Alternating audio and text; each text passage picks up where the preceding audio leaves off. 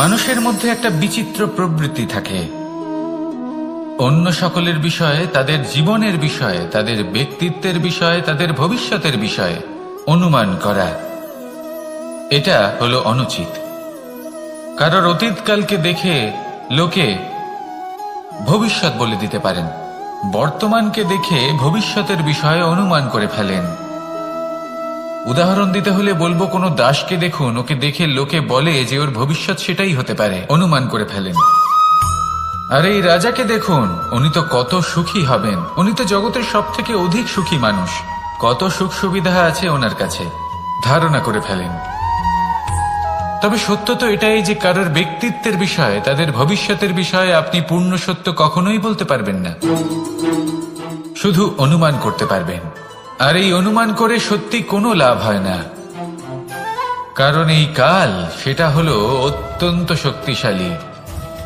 কালো থেকে কালোতর কয়লাকেও হিরেতে পরিণত করতে পারে, অনেক বড় বড় রাজাকেও বিদূষক বানিয়ে ফেলতে পারে এক মুহূর্তেই। তাহলে আপনি অনুমান করে কি লাভ? কি পেলেন অনুমান করে?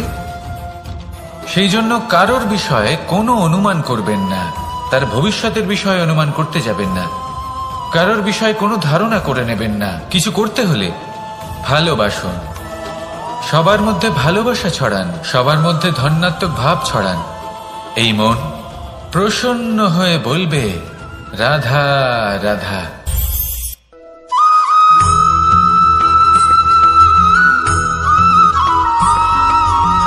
পঞ্চতত্ত্বের মধ্যে দ্বিতীয় তত্ত্ব হল ধরণী, ভূমি, যাকে আমরা ধরণী মাতা বলি।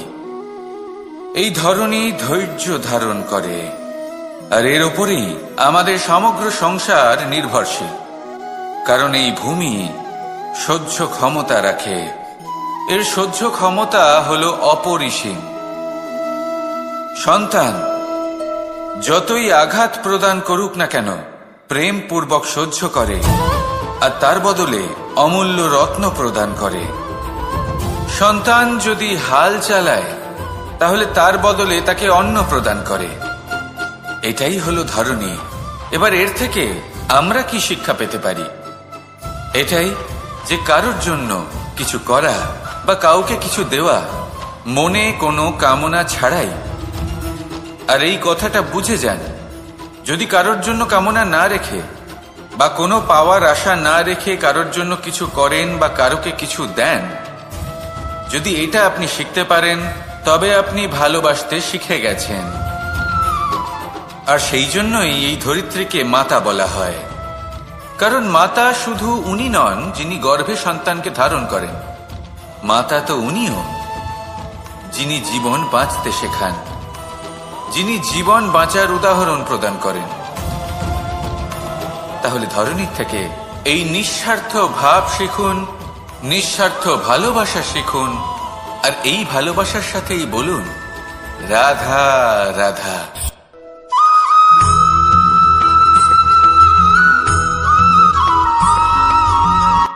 সংসারে আমাদের জীবনে যখন কোনো সুখ বা দুঃখ আসে, তার জন্য আমরা কাউকে না কাউকে অবশ্যই দায়ী করে থাকি, তাই না? এই ব্যক্তি আমাদের সাথে এরকম কাজ করেছেন, তাই আমার সাথে এমন হলো। ওই ব্যক্তি যদি এমনটা না করতেন, তাহলে আজ আমি ওই স্থানে পৌঁছতে পারতাম। সবই আপনার দৃষ্টিভঙ্গির ওপর নির্ভরশীল। আর যদি আপনার দৃষ্টিভঙ্গি এমন হয়, তাহলে তা অনুচিত। সত্যি কথা বলতে, এই সংসারে ভিন্ন ভিন্ন ধরনের মানুষ আছে। এটা আপনার উপর নির্ভর করছে কিভাবে তাদের স্বাগত জানাবেন। একবার ভাবুন, আমি আমার দুটো হাত সামনে নিয়ে এলাম, দুটো মুঠো খুলে দিলাম। দুই প্রকারের মানুষ আসবেন, কিছু না কিছু দিয়ে যাবেন। এই মুঠো যদি আমি বন্ধ করে দিই, তাহলে না কেউ আমাকে কিছু দিতে পারবে, না আমার কিছু যাবে আসবে। নিশ্চয়ই বুঝতে পারছেন এই দুই ধরনের ব্যক্তি কারা এবং তারা কি দিয়ে যান। আমি যদি নিজের মুঠো খুলে দিই, তাহলে কিছু ভালো মানুষ আসবেন, আমাকে আনন্দ, সন্তুষ্টি, জ্ঞান প্রদান করে যাবেন, ভালো অভিজ্ঞতা দিয়ে যাবেন। কোনো খারাপ ব্যক্তি যদি আসেন, তাহলে তিনিও খারাপ অভিজ্ঞতা দেবেন, যার থেকে আমি শিক্ষা লাভ করব। এই সব কিছু আমি লাভ করতে পারি। মুঠো যদি বন্ধ করে রাখি, তাহলে আমি কিছুই পাবো না। দেখুন, এই সংসারে প্রত্যেকের জীবনে এইরকম। প্রত্যেকের জীবনে সবকিছুই আছে, ভালো খারাপ দুই মানুষই আছে, ভালো অভিজ্ঞতা আছে, খারাপ অভিজ্ঞতা আছে। নির্ভর করছে আপনার উপর যে আপনি কি করবেন, এনাদের স্বাগত কিভাবে জানাবেন, কার থেকে কি বুঝবেন, কি শিখতে পারবেন, আর কোন দৃষ্টিভঙ্গি নিয়ে অগ্রসর হবেন। এটাই নির্ধারণ করবে যে আপনার জীবন কেমন হবে। আসুন আমার সাথে ভালোবেসে বলুন, রাধা রাধা।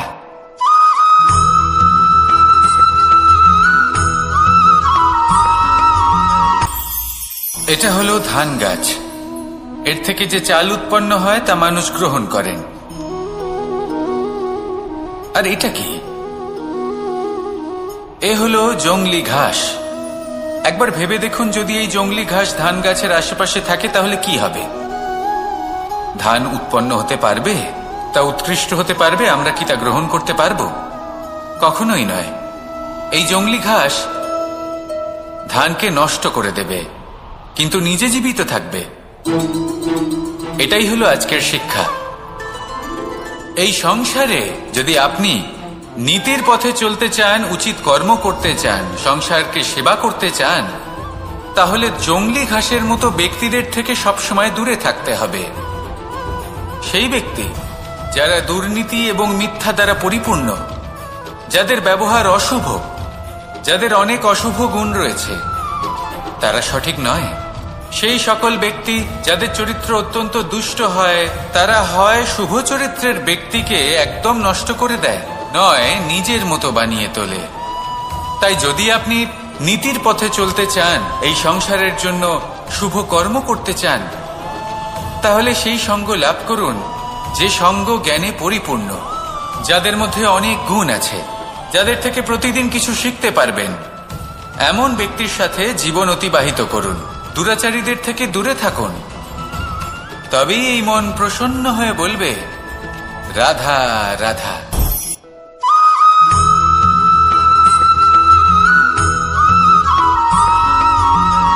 মানুষের মানসিকতা এমন হয় যে সে যতটা করে আশা করে যে তার থেকে অনেক বেশি তার বদলে সে পাবে।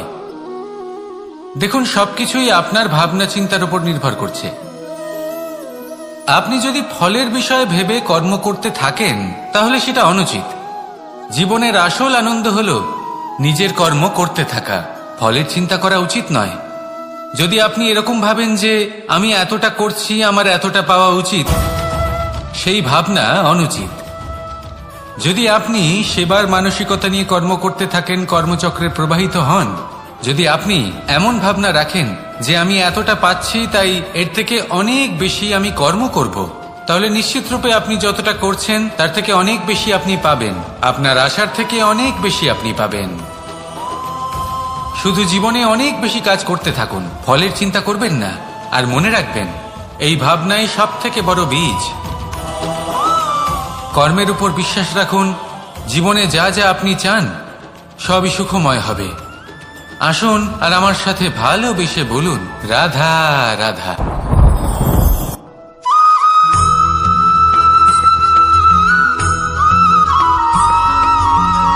আপনি কখনো কোনো বাজকে নিজের বাসা বানাতে দেখেছেন? এই বাজ যখনই কোনো বাসা বানায় তখন উঁচু গাছের ডালে বা কোনো পর্বতের শিখরে বাসা বানায়, অনেক উচ্চতায়। আর সেখানে তার সন্তানও জন্মগ্রহণ করে।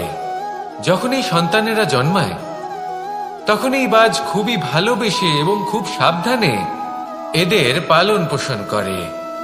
নিজের ঠোঁট দিয়ে তাদের ঠোঁটে খাবার পরিবেশন করে। কিন্তু যেই সেই সন্তানেরা হৃষ্টপুষ্ট হয়ে যায় এবং সেই কথা বাজ নিজে বুঝতে পেরে যায়, সেই বাজ নিজেই সেই বাসা ছিন্ন ভিন্ন করে দেয়।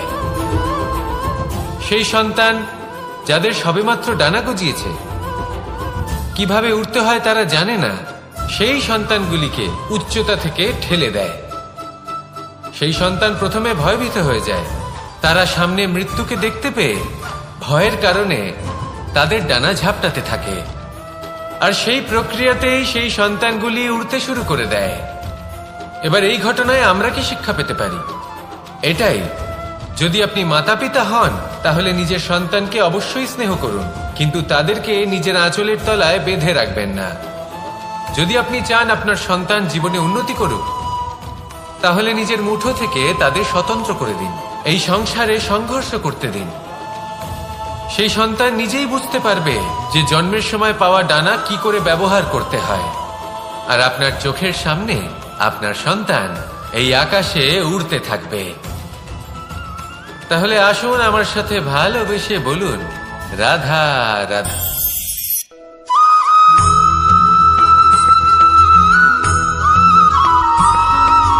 বসন্ত ঋতু, এই সময় মন আনন্দে ভরে থাকে।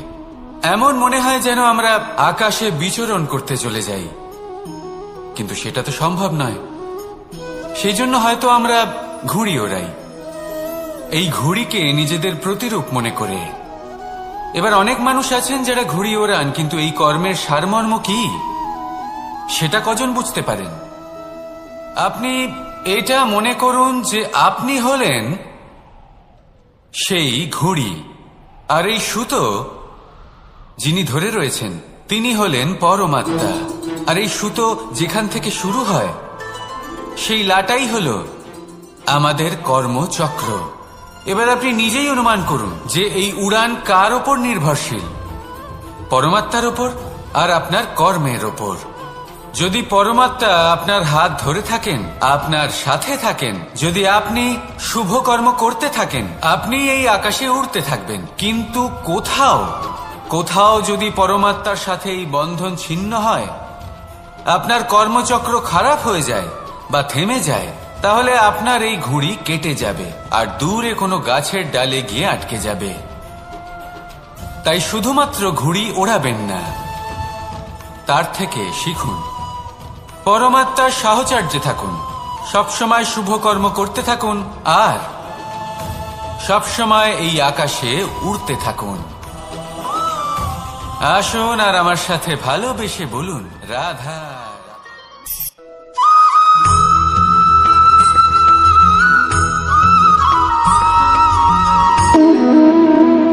সম্পর্ক হলো আমাদের জীবনের একটি আধার। কিছু সম্পর্ক এমন যে আমরা জন্মসূত্রে লাভ করি, যেমন পরিবার, মা, বাবা। কিছু সম্পর্ক আছে যে আমরা জীবনে অর্জন করে থাকি, তা সে প্রেমের হোক, স্নেহের হোক বা বন্ধুত্বের। এই সকল সম্পর্ক লাভ করার বা গড়ে তোলার 5টি ধাপ রয়েছে। প্রথম ধাপ, কোনো ব্যক্তির সাথে আলাপ হওয়া, তার সাথে কথা বলা বা তাকে দেখা। দ্বিতীয় ধাপ, সে ব্যক্তিকে আমাদের ভালো লাগা। তৃতীয় ধাপ, আমাদের এটা চাইতে শুরু করা যে জীবনে এই ব্যক্তি যেন আমাদের বন্ধু হন, আমাদের জীবনে থাকেন, বা আমাদের কাউকে ভালোবেসে ফেলা। আর এটা আমাদের ভাবা বা চাওয়া যে সেই ব্যক্তি যেন আজীবন আমার সাথে থাকেন, আমার জীবনে আমার সাথী হয়ে। চতুর্থ ধাপ, লাভ করা। এবার এই ধাপটি অনেক মানুষের পক্ষেই খুবই সরল হয়, বড়ই সরলভাবে নিজেদের সঙ্গীকে লাভ করে থাকে। কিছু মানুষের জন্য এই ধাপ অত্যন্ত কঠিন হয়ে থাকে। অনেক প্রতিকূল পরিস্থিতির উপর জয়লাভ করে তারা সঙ্গীকে লাভ করেন, কিন্তু লাভ অবশ্যই করেন। এরপরে আসে পঞ্চম, অন্তিম এবং সব থেকে গুরুত্বপূর্ণ ধাপ। সেটা হলো সেই সম্পর্ক পালন করা। এটা হলো এমন এক বিষয় যা প্রত্যেক মানুষের শেখা উচিত। যদি ব্যক্তি নিজের জীবনে সম্পর্ক রক্ষা করতে শিখে যান, তবে প্রত্যেক সম্পর্ক তার জীবনকে স্বর্গ করে তুলবে। আসুন আর আমার সাথে ভালোবেসে বলুন, রাধা রাধা।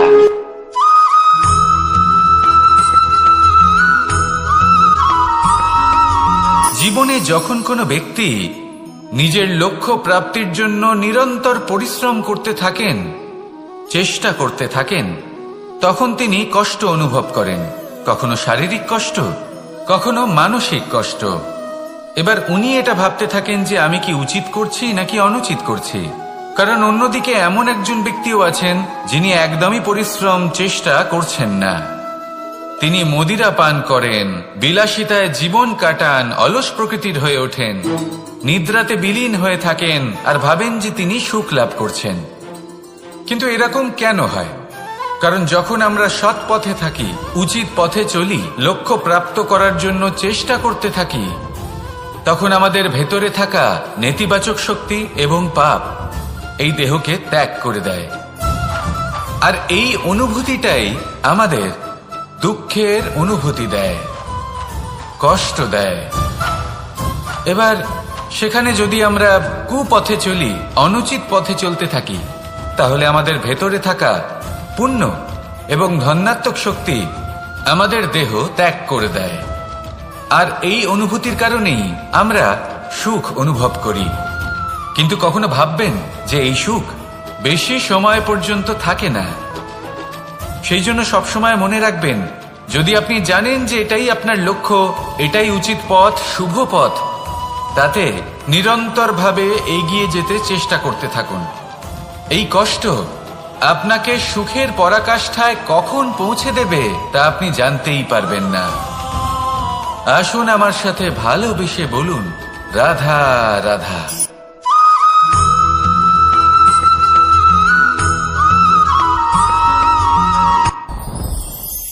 সাথী। সাথী এই শব্দটির ব্যাখ্যা কে কিভাবে করে? মিত্র, সখা, বন্ধু। কিন্তু অর্থ একটাই, তিনি যিনি আপনার সঙ্গী হন আর তিনি যার সাথী আপনি হন। এবার সব থেকে বড় প্রশ্ন হলো এটাই যে তিনি কে হতে পারেন যাকে আপনি আপনার সাথী বলে মেনে নিতে পারেন, নিজের সখা, নিজের মিত্র, নিজের বন্ধু মেনে নিতে পারেন। আপনার সাথী হলেন তিনি যিনি দুঃখের সময় আপনার পাশে থাকবেন, আপনার হাত ধরে থাকবেন। আপনার সাথী হলেন তিনি যার হাত আপনি নিজের সুখের দিনে ধরে থাকবেন। সেই সাথীরই হাত ধরুন যিনি দুঃখে সবসময় আপনাকে সাহায্য করার জন্য তৎপর হয়ে থাকেন, আপনার পাশে থাকেন, আর যাকে সুখের দিনে আপনি আপনার সাথে রাখতে পারেন। আর যখন আপনার সাথে আপনার এই সাথী থাকবে, তখন আপনি এটা বুঝবেন যে যখন জীবনে দুঃখ আসে, তখন এই দুঃখ কমে যায়, সবার মধ্যে ভাগ হয়ে যায়। আর যদি তখন সুখ আসে, তাহলে সেটা সবার উপস্থিতিতে আরো বেড়ে যায়। এটাই হলো প্রেম, এটাই হলো ভালোবাসা, এটাই হলো সঙ্গ। যেমন সম্পর্ক আমার আর রাধার মাঝে। তাহলে আসুন আর আমার সাথে ভালোবেসে বলুন, রাধা রাধা।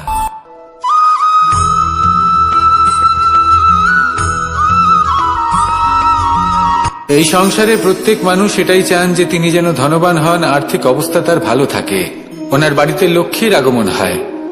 কিন্তু সেটা হবে কি করে, সেটাই হলো প্রশ্ন।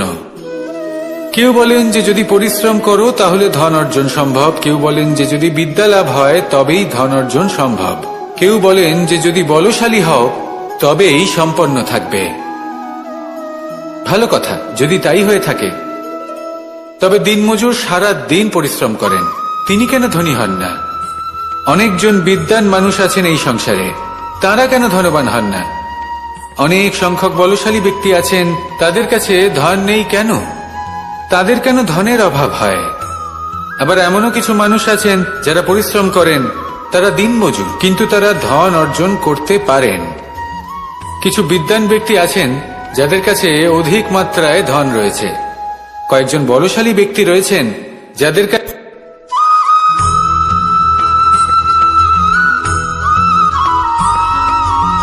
পঞ্চতত্ত্বের মধ্যে দ্বিতীয় তত্ত্ব হল ধরণী, ভূমি, যাকে আমরা ধরণী মাতা বলি। এই ধরণী ধৈর্য ধারণ করে, আর এর ওপরেই আমাদের সমগ্র সংসার নির্ভরশীল। কারণ এই ভূমি সহ্য ক্ষমতা রাখে, এর সহ্য ক্ষমতা হল অপরিসীম। সন্তান যতই আঘাত প্রদান করুক না কেন, প্রেম পূর্বক সহ্য করে, আর তার বদলে অমূল্য রত্ন প্রদান করে। সন্তান যদি হাল চালায়, তাহলে তার বদলে তাকে অন্ন প্রদান করে। এটাই হলো ধরণী। এবার এর থেকে আমরা কি শিক্ষা পেতে পারি? এটাই যে কারোর জন্য কিছু করা বা কাউকে কিছু দেওয়া মনে কোনো কামনা ছাড়াই। আর এই কথাটা বুঝে যান, যদি কারোর জন্য কামনা না রেখে বা কোনো পাওয়ার আশা না রেখে কারোর জন্য কিছু করেন বা কারোকে কিছু দেন, যদি এটা আপনি শিখতে পারেন তবে আপনি ভালোবাসতে শিখে গেছেন। আর সেই জন্যই এই ধরিত্রীকে মাতা বলা হয়, কারণ মাতা শুধু উনি নন যিনি গর্ভে সন্তানকে ধারণ করেন, মাতা তো উনিও যিনি জীবন বাঁচতে শেখান, যিনি জীবন বাঁচার উদাহরণ প্রদান করেন। তাহলে ধরনীর থেকে এই নিঃস্বার্থ ভাব শিখুন, নিঃস্বার্থ ভালোবাসা শিখুন, আর এই ভালোবাসার সাথেই বলুন রাধা রাধা।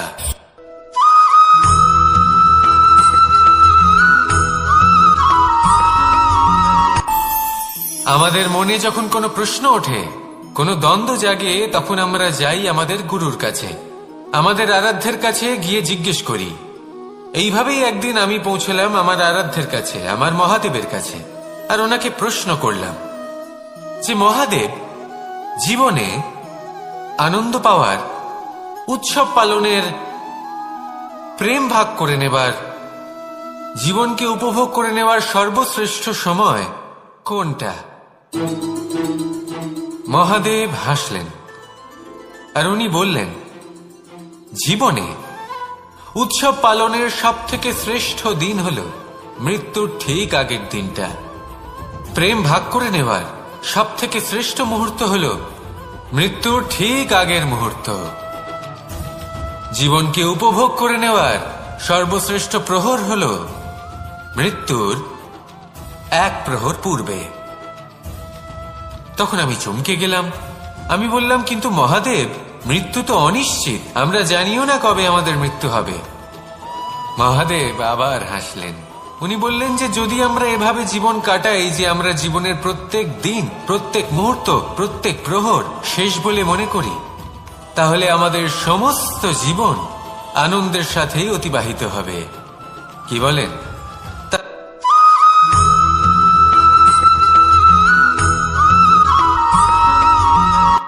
সংসারে আমাদের জীবনে যখন কোনো সুখ বা দুঃখ আসে, তার জন্য আমরা কাউকে না কাউকে অবশ্যই দায়ী করে থাকি, তাই না?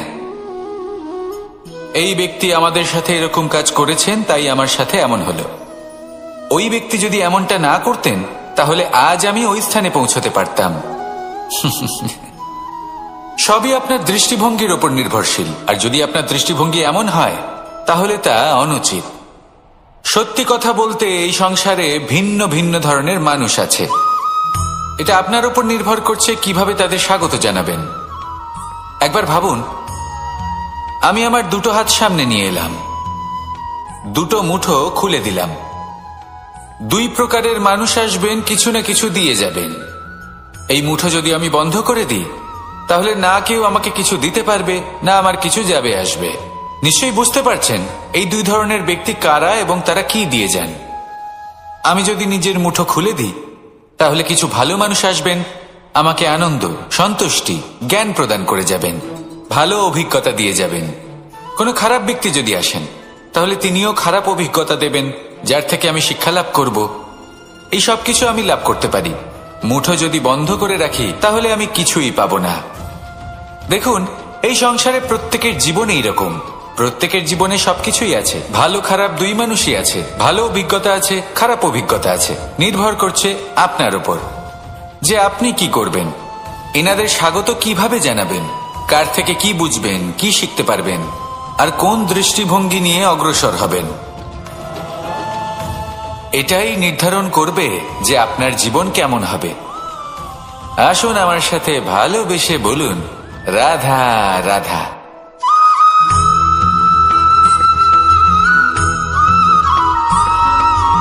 জীবনে অগ্রসর হওয়ার জন্য আমাদের কাকে প্রয়োজন হয়? মাতা পিতা, বন্ধু, প্রেম, সাহায্য, অর্থ, পরিশ্রম, আশা। ভিন্ন ভিন্ন মানুষ ভিন্ন ভিন্ন বিকল্প চয়ন করে। যদি আমি আপনাকে বলি, তাহলে জয় আর পরাজয়ের মন্ত্র দুটো শব্দের উপর নির্ভর করে, মেনে নেওয়া আর দৃঢ় হওয়া। যদি মেনে নেন, তাহলে হেরে যাবেন। যদি দৃঢ় হন, তাহলে নিশ্চিত রূপে জয়ী হবেন। যদি কখনো আপনি ক্লান্ত হয়ে ওঠেন, আপনি দুঃখী হন, পুরোপুরি ভেঙে পড়েছেন, তখন মেনে নেবেন না যে আপনি ভেঙে পড়েছেন, নয়তো হেরে যাবেন। তখন উল্টে স্থির করবেন যে যাই হয়ে যাক না কেন, আমি জয়ী হবই। আর আপনি দেখবেন যে জয় নিশ্চিত রূপে আপনার কাছেই আসবে। তাহলে এই কথা মনে রাখবেন আর আমার সাথে ভালোবেসে বলবেন, রাধা রাধা।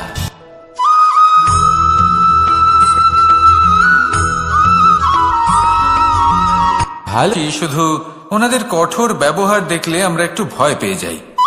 এবার ওনাদের এই কঠোর ব্যবহার আমাদের ভালো না লাগলেও অত্যন্ত আবশ্যক, কারণ মাতার থেকে আমরা যে শক্তি লাভ করি তা যেন নিয়ন্ত্রণ হারিয়ে বিধ্বংসী না হয়ে ওঠে। আমরা যেন কোনো কুপথে না চলে যাই, আমরা কখনো যেন দোষ না করে ফেলি। শুধু সেই জন্য পিতা এবং গুরু একটু কঠোর হয়ে ওঠেন, এবং ওনাদের এই কঠোর আচরণ ভবিষ্যতে গিয়ে আমরা অবশ্যই বুঝতে পারি। জীবনে কিছু বছর আমরা এগিয়ে যাই আর তারপর আমরা বুঝতে পারি যে বাবা এবং গুরু আমাদের যথেষ্ট ভালোবাসতেন, কিন্তু ওনাদের ভালোবাসার বহিঃপ্রকাশ আলাদা। প্রয়োজনীয় হলো এটা দেখার, এটা বোঝার যে শুরু থেকে আমাদের প্রতি ওনাদের আচরণ কেমন ছিল।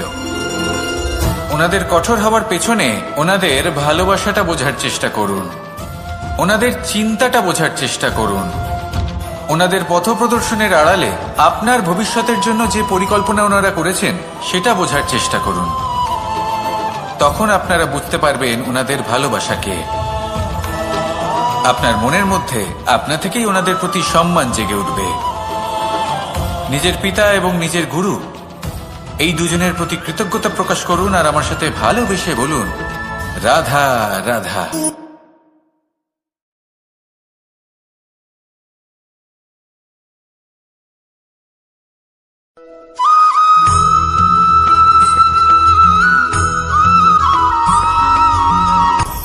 আপনি কখনো পর্বতের শিখরে উঠেছেন?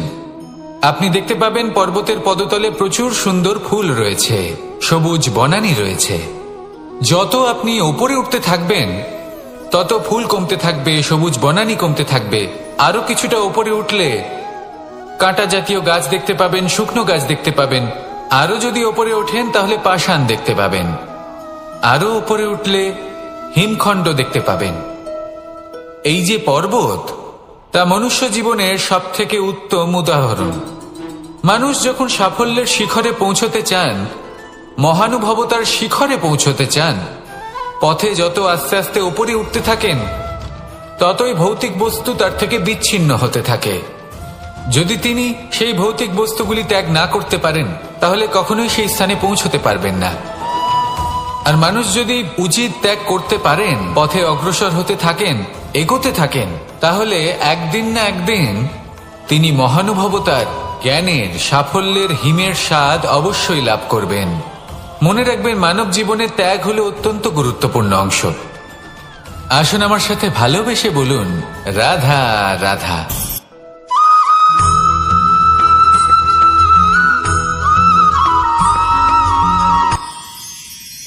মানুষ তার জীবনে দুই ধরনের পরিস্থিতিকে খুব ভয় পায়। এক, কোনো কারণবশত কারোর সামনে নত হওয়া। দুই, কোনো কারণে নিজের চরিত্র থেকে, নিজের মূল্যবোধ থেকে বিচ্যুত হওয়া। এবার কেন হয় এরকম যে কথায় কথায় কারোর সামনে নত হতে হয়? কেন বারংবার নিজের চরিত্র থেকে চ্যুত হতে হয়? এরকম কেন হয়? এটা তখনই হয় যখন আমাদের শিক্ষা এবং মূল্যবোধের অভাব থাকে। যদি মানুষের মধ্যে প্রকৃত শিক্ষা থাকে তাহলে এই সংসারে কোনো সময় এবং কারোর সামনেই নত হওয়ার কোনো প্রয়োজন নেই। যদি মানুষের মধ্যে মূল্যবোধ থাকে তাহলে তাকে নিজের মূল্যবোধ বা চরিত্র থেকে বিচ্যুত হতে হয় না, তা সে যাই হয়ে যাক না কেন। কোনো বালককে যদি জন্ম থেকেই সুশিক্ষার অধিকারী করা হয়, শিক্ষিত করা হয়, মূল্যবোধের অধিকারী করা হয়, তবে সে এই সংসারে এমন কর্ম করবে যাতে সে নিজেকে, নিজের পরিবারকে, সমগ্র সমাজকে গর্বিত করতে পারে। শিক্ষা লাভ করুন, মূল্যবোধ লাভ করুন এবং আমার সাথে ভালোবেসে বলুন, রাধা রাধা।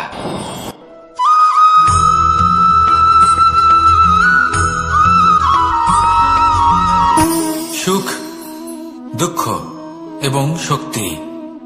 এই তিন হলো এই সংসারের ত্রিদেবের মতো। আমাদের জীবনে যা কিছু ঘটছে এই তিনটির ভিত্তির উপরেই হচ্ছে। আসলে এই সংসারের একটা নিয়ম আছে, যখনই আপনি কিছু লাভ করেন এই সংসার আপনার পরীক্ষা নেয়। এটা জানার জন্য আপনার পরীক্ষা নেয় যে আপনি যা কিছুই লাভ করেছেন আপনি কি আদৌ সেটার যোগ্য কিনা। ঠিক সেইভাবেই এই সুখ, দুঃখ এবং শক্তি আপনার পরীক্ষা নিয়ে থাকে। যখন সুখ আসে তখন সে আপনার পরীক্ষা নেয় যে আপনার মধ্যে অহংবোধ জাগ্রত হয়নি তো। যদি অহংবোধ চলে আসে তাহলে সুখ সেখানেই সঙ্গ ত্যাগ করে। দুঃখ আপনার ধৈর্যের পরীক্ষা নিতে থাকে, আর যদি আপনার মধ্যে ধৈর্য না থাকে তাহলে এটা আপনাকে আরো বেশি দুঃখের গভীর অন্ধকারে ঠেলে দেবে। সেখানে শক্তি পরীক্ষা নেয় আপনার বিনম্রতার। যদি আপনি বিনম্র না হন তাহলে হয় এই শক্তি আপনার সঙ্গ ত্যাগ করবে, নয় এই শক্তি বিনম্রতার অভাবে আপনার পতনের কারণ হতে পারে। এই সংসারে যে কোনো ব্যক্তি যিনি এই পরীক্ষায় উত্তীর্ণ হয়ে থাকেন এই জীবনে তিনি সাফল্য লাভ করেন। আসুন আমার সাথে ভালোবেসে বলুন, রাধা রাধা।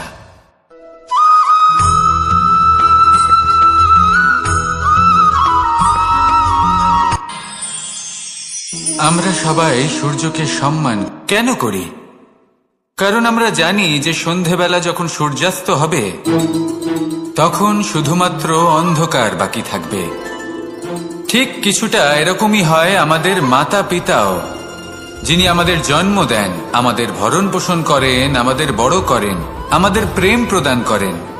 কখনো কখনো তাদের মুখ থেকে কটু কথা নিঃসৃত হয়, আমাদের দুঃখ হয়, কিন্তু তখন আমাদের এটা বোঝা উচিত এগুলি নিঃসৃত হচ্ছে আমাদেরই মঙ্গলের জন্য। যেমন সূর্যদেব, উনিও উত্তাপ দিয়ে থাকেন আমাদেরই মঙ্গলের জন্য, যাতে ফসল পাকতে পারে, যাতে জল বাষ্প হয়ে মেঘ হতে পারে, বৃষ্টি হতে পারে, আর এই সংসারে নিরন্তর জলের প্রবাহ থাকে। আমাদের মাতা পিতা, তাদের কঠোর আচরণ, তাদের কঠোর অনুশাসনের পেছনে লুকিয়ে থাকে ওনাদের ভালোবাসা। আমাদের তা বুঝতে হবে, সসম্মানে ওনাদের গ্রহণ করতে হবে। কারণ ঠিক সূর্যাস্তের পরে যেমন চতুর্দিক অন্ধকারচ্ছন্ন হয়ে যায়, তেমনি আমাদের জীবন থেকে যখন আমাদের মাতা পিতা চলে যায় তখন আমাদের জীবনেও শুধু এবং শুধুমাত্র অন্ধকারই ছেয়ে থাকে। সেই জন্য নিজের মাতা পিতাকে সম্মান করুন, ওনাদের ভালোবাসা প্রদান করুন। এই মন আর এই জীবন প্রসন্ন হয়ে বলবে, রাধা রাধা।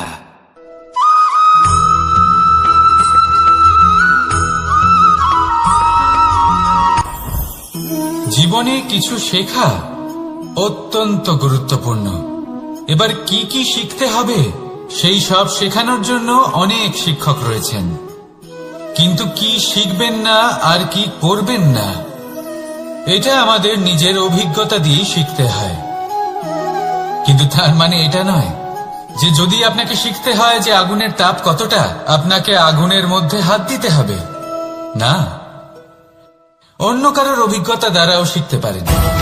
প্রশ্ন শুধুমাত্র একটাই যে আপনি কি শিখতে চান নাকি চান না।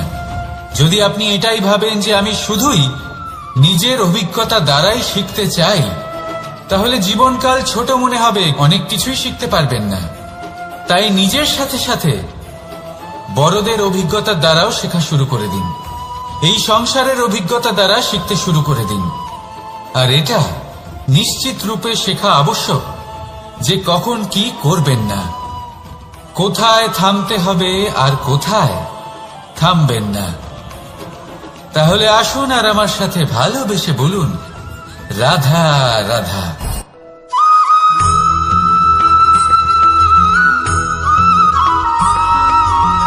এই সংসারে সব থেকে বেশি কোমল বস্তু হল রেশম।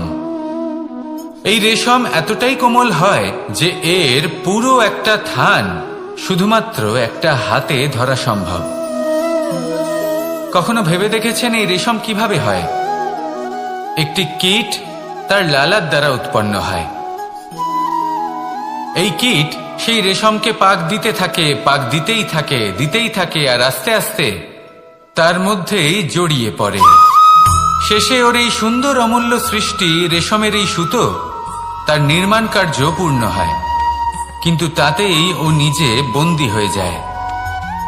নিজেরই মায়াজালের এই বন্দী গৃহে নিজেই ফেঁসে যায়। এবার এই সুতোকে ব্যবহারযোগ্য করে তোলার জন্য এই কীটগুলিকে এই কবচের সাথেই ফুটন্ত জলে ফেলে দেওয়া হয়। এই সংসারে যদি আমাদের স্বপ্ন এই সংসারের দুঃখ হরণ করার জন্য, এই সংসারে সুখ বিতরণ করার জন্য হয়, তবেই আমাদের প্রগতি সম্ভব। যদি আমাদের এই স্বপ্ন শুধুই আমাদের এবং আমাদের স্বার্থ সিদ্ধির জন্য হয়, তাহলে এই স্বপ্ন আমাদের অন্ধ করে দেবে, আমাদের অন্ধকারের পথে নিয়ে যাবে, আর আমরাও সেই কীটের মতো হয়ে যাব।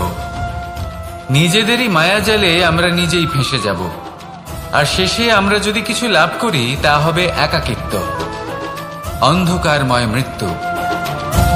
তাই স্বপ্ন অবশ্যই দেখুন, কিন্তু এমন ভাবে স্বপ্ন দেখবেন না যে তার এই বন্দিগৃহে আপনি নিজেই ফেঁসে গেলেন। স্বপ্ন দেখুন পরোপকারে।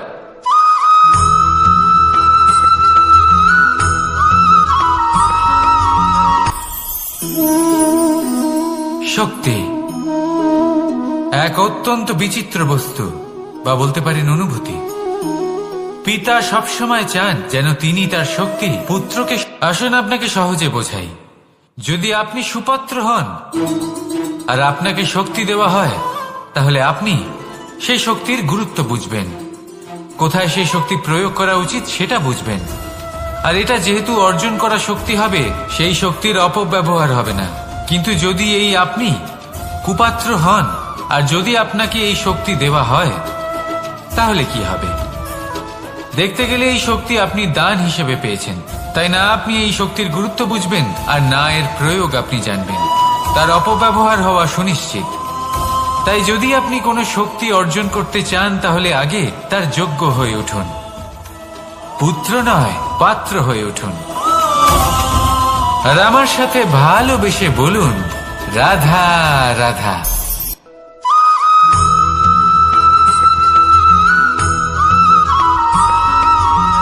এই সংসারে প্রত্যেক মানুষ এটাই চান যে তিনি যেন ধনবান হন, আর্থিক অবস্থা তার ভালো থাকে, ওনার বাড়িতে লক্ষ্মীর আগমন হয়।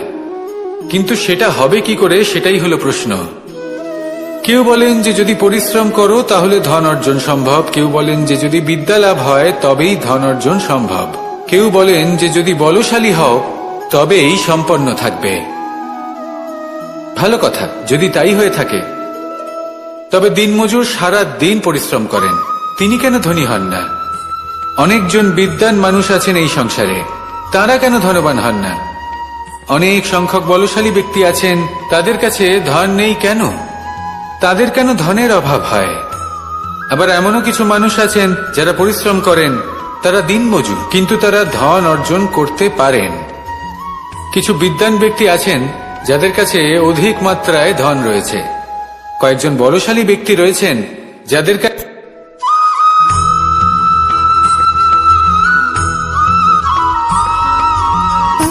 সুখ, দুঃখ এবং শক্তি, এই তিন হলো এই সংসারের ত্রিদেবের মতো।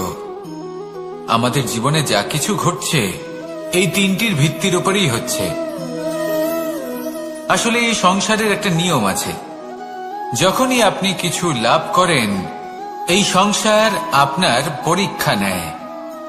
এটা জানার জন্য আপনার পরীক্ষা নেয় যে আপনি যা কিছুই লাভ করেছেন, আপনি কি আদৌ সেটার যোগ্য কিনা। ঠিক সেইভাবেই এই সুখ, দুঃখ এবং শক্তি আপনার পরীক্ষা নিয়ে থাকে। যখন সুখ আসে তখন সে আপনার পরীক্ষা নেয় যে আপনার মধ্যে অহংবোধ জাগ্রত হয়নি তো। যদি অহংবোধ চলে আসে তাহলে সুখ সেখানেই সঙ্গ ত্যাগ করে। দুঃখ আপনার ধৈর্যের পরীক্ষা নিতে থাকে, আর যদি আপনার মধ্যে ধৈর্য না থাকে তাহলে এটা আপনাকে আরো বেশি দুঃখের গভীর অন্ধকারে ঠেলে দেবে। সেখানে শক্তি পরীক্ষা নেয় আপনার বিনম্রতার।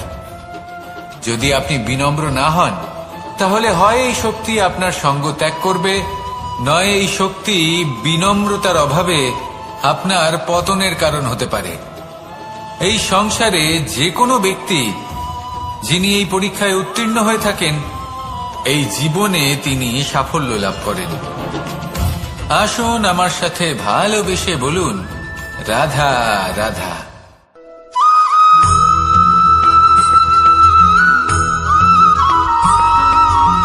পঞ্চতত্ত্বের মধ্যে দ্বিতীয় তত্ত্ব হল ধরণী, ভূমি, যাকে আমরা ধরণী মাতা বলি। এই ধরণী ধৈর্য ধারণ করে, আর এর ওপরেই আমাদের সমগ্র সংসার নির্ভরশীল। কারণ এই ভূমি সহ্য ক্ষমতা রাখে, এর সহ্য ক্ষমতা হল অপরিসীম।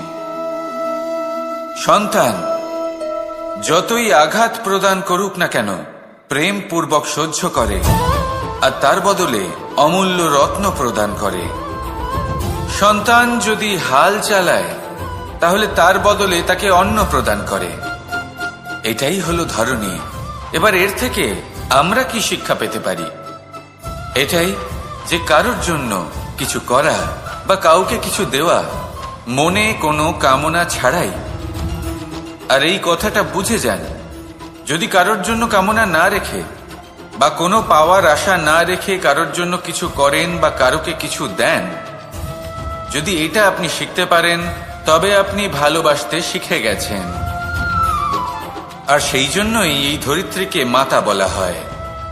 কারণ মাতা শুধু উনি নন যিনি গর্ভে সন্তানকে ধারণ করেন, মাতা তো উনিও যিনি জীবন বাঁচতে শেখান, যিনি জীবন বাঁচার উদাহরণ প্রদান করেন। তাহলে ধরণীর থেকে এই নিঃস্বার্থ ভাব শিখুন, নিঃস্বার্থ ভালোবাসা শিখুন, আর এই ভালোবাসার সাথেই বলুন, রাধা রাধা।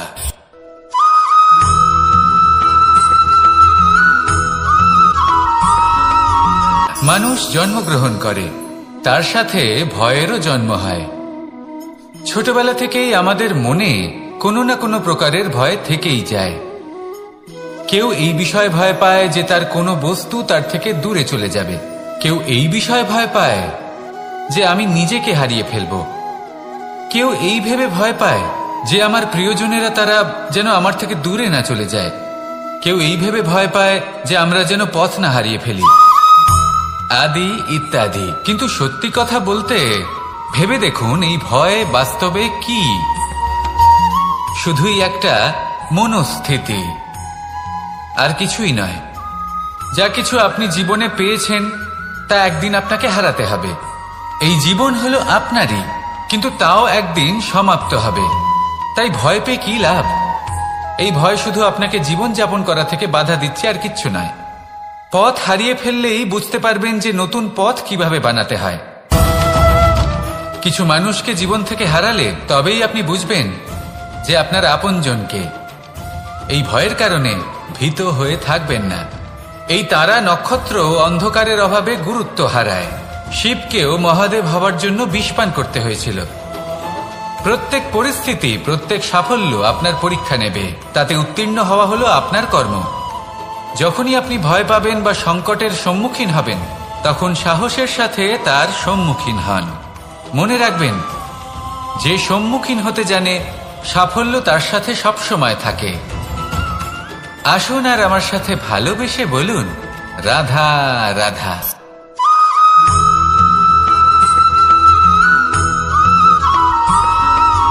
জীবনে অগ্রসর হওয়ার জন্য আমাদের কাকে প্রয়োজন হয়?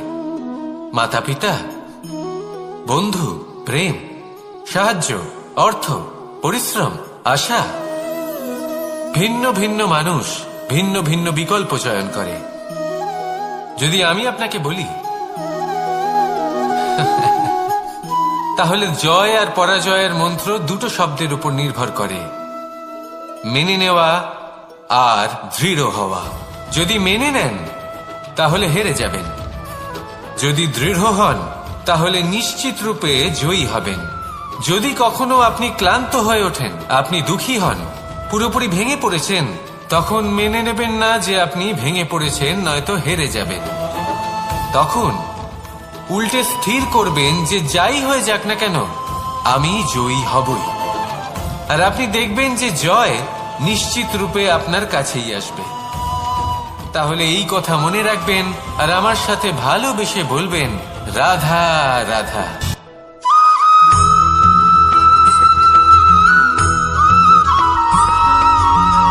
এই সংসারে কোনো বস্তু হোক বা ব্যক্তি হোক, তার একার গুরুত্ব কিন্তু খুব বেশি নয়। একটা উদাহরণ হিসেবে বৃষ্টির ফোঁটাকে ভেবে দেখুন। যদি একটি বৃষ্টির ফোঁটা হয় তাহলে তার খুব বেশি গুরুত্ব থাকে না, কিন্তু যখন সহস্র বৃষ্টির ফোঁটা মেঘের মধ্যে দিয়ে ঝরে পড়ে তখন সেটা বর্ষার রূপ ধারণ করে। সেই বর্ষা যা এই প্রকৃতিকে শান্ত করে।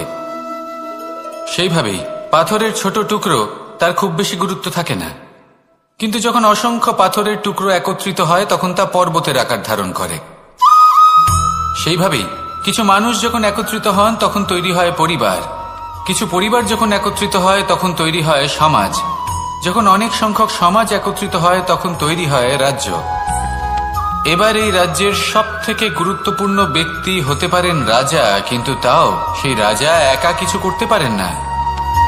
যুদ্ধ লড়ার সময় তারও নিজের সৈন্যদলকে প্রয়োজন পড়ে। কিন্তু এই সংসারে এমন একজন ব্যক্তি আছেন যিনি একাই সব কাজ করতে থাকেন, এবং সেই ব্যক্তি হলেন মা। আমাদের জীবনে একজন পিতার ভূমিকা কিন্তু নিঃসন্দেহে অমূল্য, কিন্তু আমাদের সকলের জীবনে যে ভূমিকা একজন মায়ের তা অন্য কারোর থাকে না। একজন মা একাই সন্তানকে বড় করতে পারেন, সংস্কারী করে তুলতে পারেন, তার জন্য পরিশ্রম করেন। আর এত কিছু কাজ করার পরেও তার কাজের জন্য তিনি প্রশংসা অবশ্য পান না। উল্টে যদি সেই সন্তান অনুচিত পথে চালিত হয়, অনুচিত কর্ম করে, তখন সেই মাকেই অপবাদের পাত্র হয়ে উঠতে হয়। আমাদের জীবনে মায়ের যোগদান কতটা সেটা বুঝুন। আপনাকে বড় করে তোলার জন্য উনি কতটা পরিশ্রম করেছেন সেটা বুঝুন। আজ থেকে, এখন থেকে, এই মুহূর্ত থেকে মাকে সম্মান করতে শিখুন। যখন সময় পাবেন, যখন সুযোগ হবে, তখন তার প্রশংসা করুন, ওনারও ভালো লাগবে। আর মায়ের এই মমতার জন্য, তার এই ভূমিকার জন্য আসুন সবাই মিলে আমরা তাকে প্রণাম করি, আর সকলে মিলে ভালোবেসে বলি, রাধা রাধা।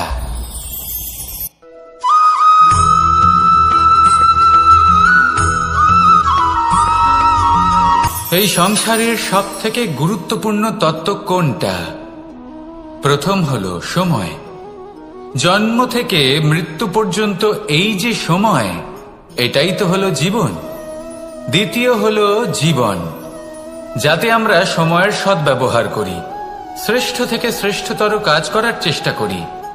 বহু বছরের এই পরম্পরা, এই সংস্কৃতিকে এগিয়ে নিয়ে যাওয়ার চেষ্টা করি। এই সংসারে আমরা অংশগ্রহণ করতে চেষ্টা করি। তৃতীয় হলো ধন, সেই ধন যা প্রত্যেক ব্যক্তি অর্জন করতে চেষ্টা করেন। এবার এই তিনটি তত্ত্বের মধ্যে একটা সামঞ্জস্য আছে, সমান ব্যাপার আছে। সে ধনই হোক বা সময় হোক বা হোক জীবন। আর সেই সমান ব্যাপার হলো যে যদি আপনি এটা গণনা করতে থাকেন তাহলে তা কমতে থাকে, যদি আপনি এটা ব্যবহার করেন তাহলে তা বাড়তে থাকে। একে সংগঠিত করে রাখতে চেষ্টা করলে এ হাত থেকে ফসকে যায়, কিন্তু যদি আপনি একে সামলে রাখতে শিখে যান তাহলে এমন কাজ করবেন যাতে সংসারের সাথে সাথে পরবর্তী প্রজন্ম লাভবান হবে। যদি কিছু শিখতে চান তাহলে সামলাতে শিখুন, গণনা করা বা সংগঠিত করা নয়। আসুন আর আমার সাথে ভালোবেসে বলুন, রাধা রাধা।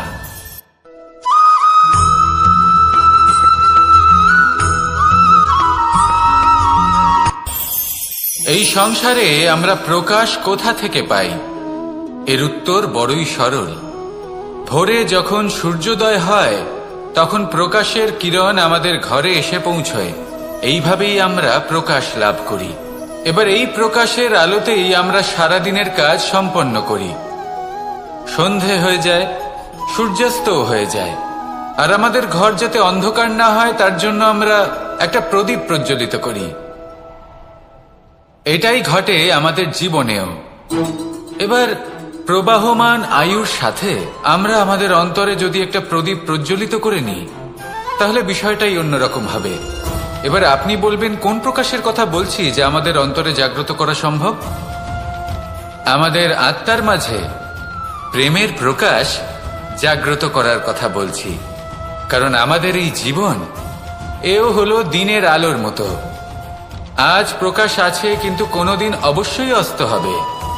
কিন্তু অস্ত হবার আগে যদি আমরা আমাদের আত্মার মাঝে প্রেমের এই প্রকাশ উজ্জ্বলিত করে নিই, তাহলে আমাদের সন্ধ্যাকালও আমরা আনন্দে এবং প্রেমে যাপন করব। তাহলে আসুন আর আমার সাথে ভালোবেসে বলুন, রাধা রাধা।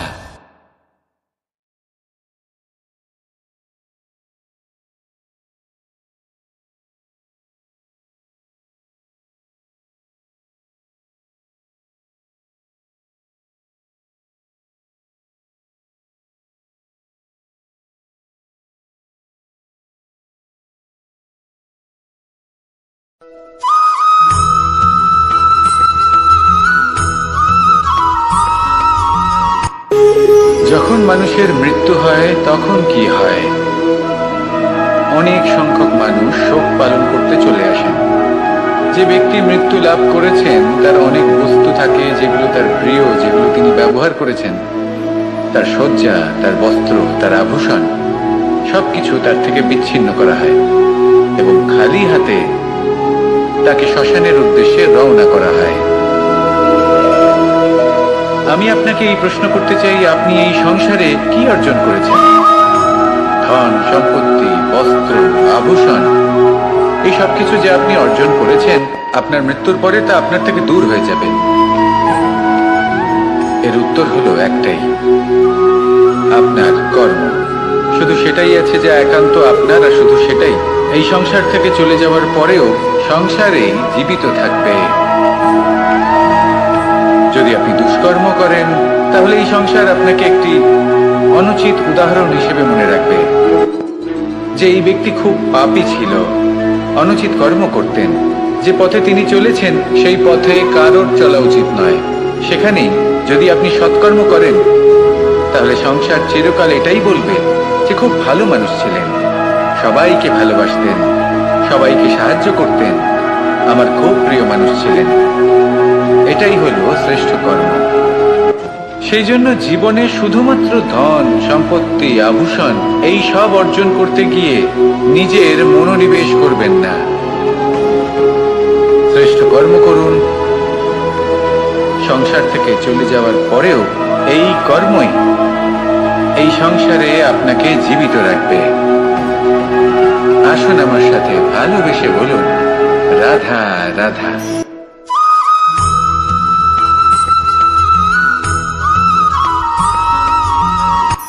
এই সংসারে সাফল্য লাভ করার জন্য জ্ঞানের প্রয়োজন হয়, পরিশ্রমের প্রয়োজন হয়, দৃঢ় নিষ্ঠার প্রয়োজন হয়, নিরন্তর চেষ্টা করা প্রয়োজনীয়। কিন্তু আরো কিছু আছে যা অত্যন্ত প্রয়োজনীয় এবং গুরুত্বপূর্ণ। তা হলো ভালো বন্ধু। তাদের থাকা অত্যন্ত প্রয়োজনীয়। যদি ভালো বন্ধু থাকে, তাহলে সময় এলে তারা ঢাল হয়ে আপনাকে সুরক্ষা করবেন। সময় এলে অস্ত্রের মতো শত্রুকে সংহারও করবেন। যদি তিনি জ্ঞানী হন, তাদের মধ্যে সদ্গুণ থাকে, তাহলে এই সব গুণ আপনার মধ্যেও প্রবেশ করবে। তাহলে সাফল্যের জন্য ভালো বন্ধু পাওয়া অত্যন্ত প্রয়োজনীয়। কিন্তু শুধু বন্ধু কেন, ভালো শত্রুও থাকা প্রয়োজনীয়।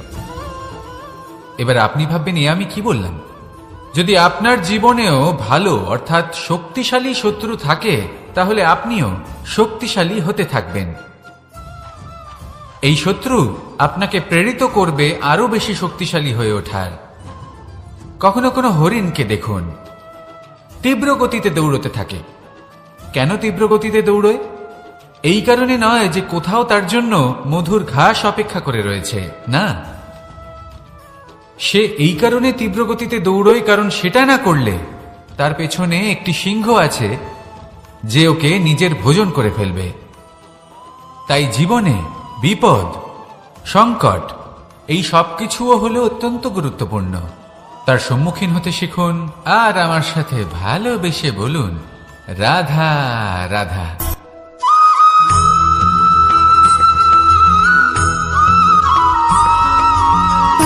সুখ, দুঃখ এবং শক্তি, এই তিন হলো এই সংসারের ত্রিদেবের মতো। আমাদের জীবনে যা কিছু ঘটছে এই তিনটির ভিত্তির উপরেই হচ্ছে। আসলে এই সংসারের একটা নিয়ম আছে, যখনই আপনি কিছু লাভ করেন এই সংসার আপনার পরীক্ষা নেয়। এটা জানার জন্য আপনার পরীক্ষা নেয় যে আপনি যা কিছুই লাভ করেছেন আপনি কি আদৌ সেটার যোগ্য কিনা। ঠিক সেইভাবেই এই সুখ, দুঃখ এবং শক্তি আপনার পরীক্ষা নিয়ে থাকে। যখন সুখ আসে তখন সে আপনার পরীক্ষা নেয় যে আপনার মধ্যে অহংবোধ জাগ্রত হয়নি তো। যদি অহংবোধ চলে আসে তাহলে সুখ সেখানেই সঙ্গ ত্যাগ করে। দুঃখ আপনার ধৈর্যের পরীক্ষা নিতে থাকে, আর যদি আপনার মধ্যে ধৈর্য না থাকে তাহলে এটা আপনাকে আরো বেশি দুঃখের গভীর অন্ধকারে ঠেলে দেবে। সেখানে শক্তি পরীক্ষা নেয় আপনার বিনম্রতার। যদি আপনি বিনম্র না হন তাহলে হয় এই শক্তি আপনার সঙ্গ ত্যাগ করবে, নয় এই শক্তি বিনম্রতার অভাবে আপনার পতনের কারণ হতে পারে। এই সংসারে যে কোনো ব্যক্তি যিনি এই পরীক্ষায় উত্তীর্ণ হয়ে থাকেন এই জীবনে তিনি সাফল্য লাভ করেন। আসুন আমার সাথে ভালোবেসে বলুন, রাধা রাধা।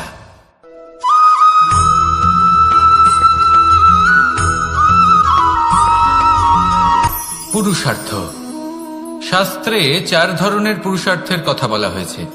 প্রথম হলো ধর্ম। আপনি কি জানেন এই ধর্ম আসলে কি? আপনার কি মনে হয় ধর্ম আসলে কি? কোনো বিশেষ ঈশ্বরকে মানাই কি ধর্ম বলা হয়? নাকি কোনো বিশেষ রীতি পালন করাই হলো ধর্ম? নাকি কোনো বিশেষ সাহিত্যকে সর্বশ্রেষ্ঠ মনে করাই হলো ধর্ম? না, ধর্ম হলো সেটা যাকে ধারণ করা যেতে পারে। আর ধারণ শুধু সেটাই করা যায় যা পবিত্র। পবিত্র শুধু তাকেই বলা হয় যা নিঃস্বার্থ, যার মধ্যে শাসন করার কোনো ইচ্ছে নেই, যা সরলভাবেই প্রবাহমান, জল এবং বায়ুর মতো। যখন কোনো ব্যক্তি ধর্মকে ধারণ করেন এবং সেই ধর্ম সেই ব্যক্তিকে রক্ষা করে তখন তাকে ধর্ম বলা হয়। ধর্ম যা রক্ষা করে অহংকার থেকে, খারাপ চিন্তার হাত থেকে। সেই জন্য পুরুষার্থ গড়ে তোলার আগে, ধর্ম পালন করার আগে ধর্মের প্রকৃত অর্থ কি সেটা বুঝে নিন। এটা জেনে রাখুন যে সমস্ত ধর্মের আধার, সমস্ত ধর্মের ভিত শুধুমাত্র ভালোবাসা। আসুন আর এই ভালোবাসার সাথেই বলুন, রাধা রাধা।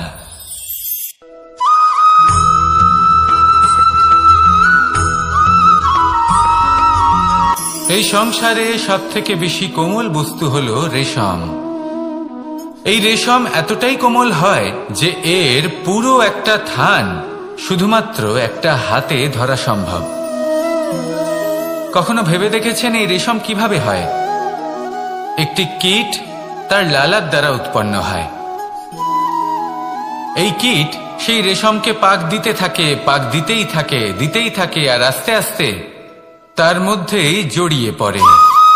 শেষে ওর এই সুন্দর অমূল্য সৃষ্টি রেশমের এই সুতো তার নির্মাণ কার্য পূর্ণ হয়, কিন্তু তাতেই ও নিজে বন্দী হয়ে যায়।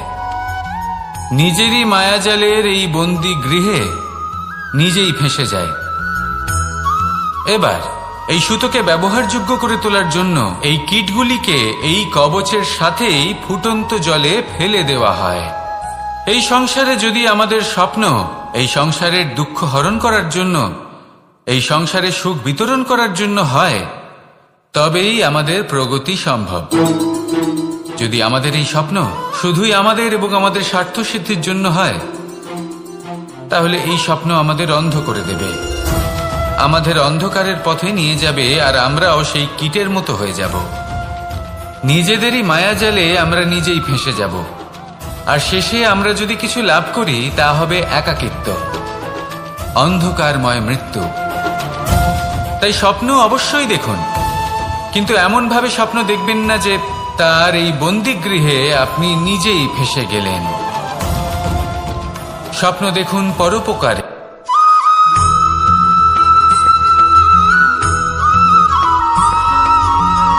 কেউ বলে জীবন খুব ক্ষণস্থায়ী, কেউ বলে জীবন হলো একটা সুন্দর স্বপ্নের মতো, আবার কেউ বলবে জীবন হলো এক কঠোর সত্য। কিন্তু জীবন আসলে কি? জীবন হলো আপনারই প্রতিবিম্ব, একটা দর্পণ। অর্থাৎ আপনি জীবনকে সেইভাবেই পাবেন যেরকম আপনি নিজেকে প্রতিপন্ন করবেন। যদি আপনি দর্পণের দিকে তাকিয়ে হাসেন, তাহলে আপনি সামনে হাসি মুখী দেখতে পাবেন। এবার যদি আপনি গম্ভীর হয়ে থাকেন, তাহলে আপনি একজন রুষ্ট ব্যক্তি দেখতে পাবেন। শেষে সবথেকে বেশি গুরুত্বপূর্ণ হলো আপনার চেষ্টা। আপনাকে সবসময় চেষ্টা করতে হবে যাতে আপনি নিজেকে প্রসন্ন এবং ইতিবাচক মনোভাবে রাখেন। এটা হলো আপনারই উত্তরদায়িত্ব, তাকে পালন করুন। এই মনকে প্রসন্ন রাখুন, এই সংসারকে সুন্দর বলে মনে হবে, আর এই মন প্রসন্ন হয়ে বলবে রাধা রাধা।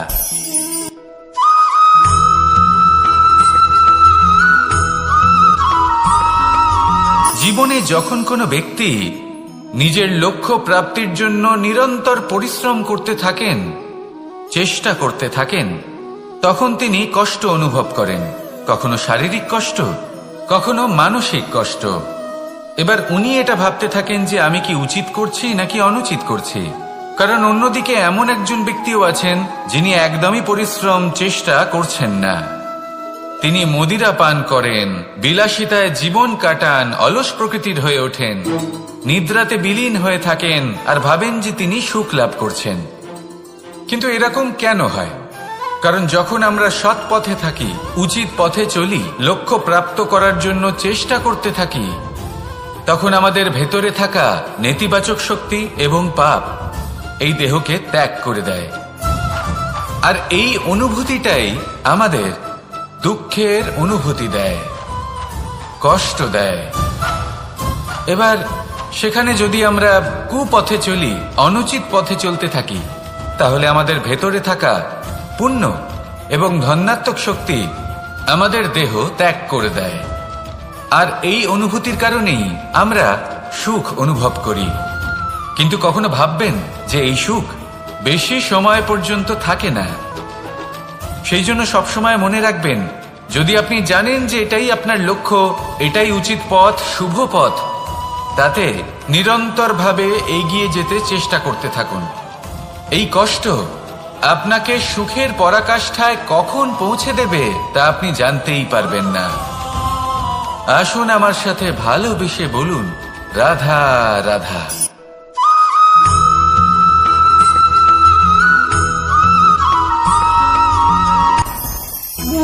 ভোজন। এবার ভোজন সংগ্রহ করার জন্য মানুষ কি না করেন, সব সময় চেষ্টা করতে থাকেন। ফসল উৎপাদনের জন্য অনেক পরিশ্রম করতে থাকেন, কিন্তু অনেক সময় অনেক পরিশ্রম করার পরেও ফসল ভালো উৎপাদন হয় না। এর কারণ কি? কারণ হলো এটাই যে আপনি পরিশ্রম হয়তো অনেক করেছেন, কিন্তু আপনার নজর তো সেই বীজের দিকে ছিলই না যা আপনি রোপণ করেছেন। সেই জন্য সব সময় কোনো বীজ রোপণ করার আগে তাকে পরখ করে দেখুন, তা অত্যন্ত আবশ্যক। আর সেইভাবেই যখনই কোনো কর্মের প্রশ্ন আসে, তাহলে সেখানে শুধুমাত্র পরিশ্রম যথেষ্ট নয়। সেই কাজের প্রতি আপনার কর্তব্য কি, আপনার উদ্দেশ্য কি, সেটা জানা হলো অত্যন্ত গুরুত্বপূর্ণ। তাই কর্ম করুন, কিন্তু সেই কর্মের প্রতি আপনার যা উদ্দেশ্য তার মাহাত্ম্য বুঝতে চেষ্টা করুন। তাহলে আসুন আমার সাথে ভালোবেসে বলুন রাধা রাধা।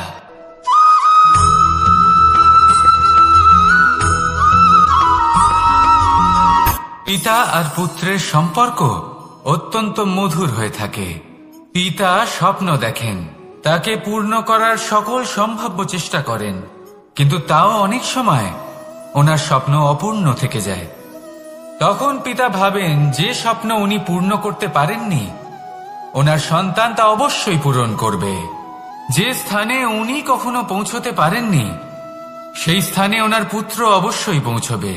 পিতা নিজের সন্তানের ভবিষ্যৎ নিয়ে সেই স্বপ্ন দেখেন, আর যখন সেই সন্তান সামনে এগোতে থাকে তখন তার দুঃখ হয় না, বরং গর্ব হয়। ওনার ভালো লাগে এটা দেখে যে ওনার সন্তান অনেক উন্নতি করছে। কিন্তু যখন সন্তান নিজের অভিভাবকের শক্তি দেখে, তার যশ দেখে হিংসা করতে থাকে, সমস্যা সেইখানেই শুরু হয়। সেই জন্য সকল সন্তানকে এটা মনে রাখতে হবে, দেখুন, পুত্র হবার সুবাদে, এক সন্তান হবার সুবাদে এটা হলো আপনার অধিকার যে আপনি আপনার পিতার থেকে বেশি উন্নতি করবেন। আপনার পিতাও এটাই চান, কিন্তু সুস্থভাবে এটা করুন। একটা রেখা টেনে নিন যাতে আপনি তাতে এগোতে পারেন আর আপনার পিতার তাতে গর্ববোধ হয়, আর সেই বিষয়ে দুঃখ না হয় যে আমার সন্তান আমাকেই ছোট করার চেষ্টা করছে। ইতিহাস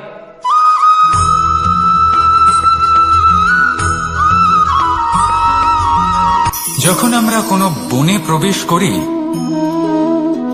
তখন এই সবুজ ঘাস দেখে, এই কোমল ঘাস দেখে আমাদের মন প্রফুল্ল হয়ে ওঠে। ভিন্ন ভিন্ন প্রজাতির ফুল, ভিন্ন ভিন্ন রঙের ফুল দেখে এই মন আনন্দে ভরে ওঠে। এখানে শিশুরা আনন্দ লাভ করে, বড়রা ভোজন গ্রহণ করেন, কথাবার্তা বলেন, হাঁটাহাঁটি করে বেড়ান।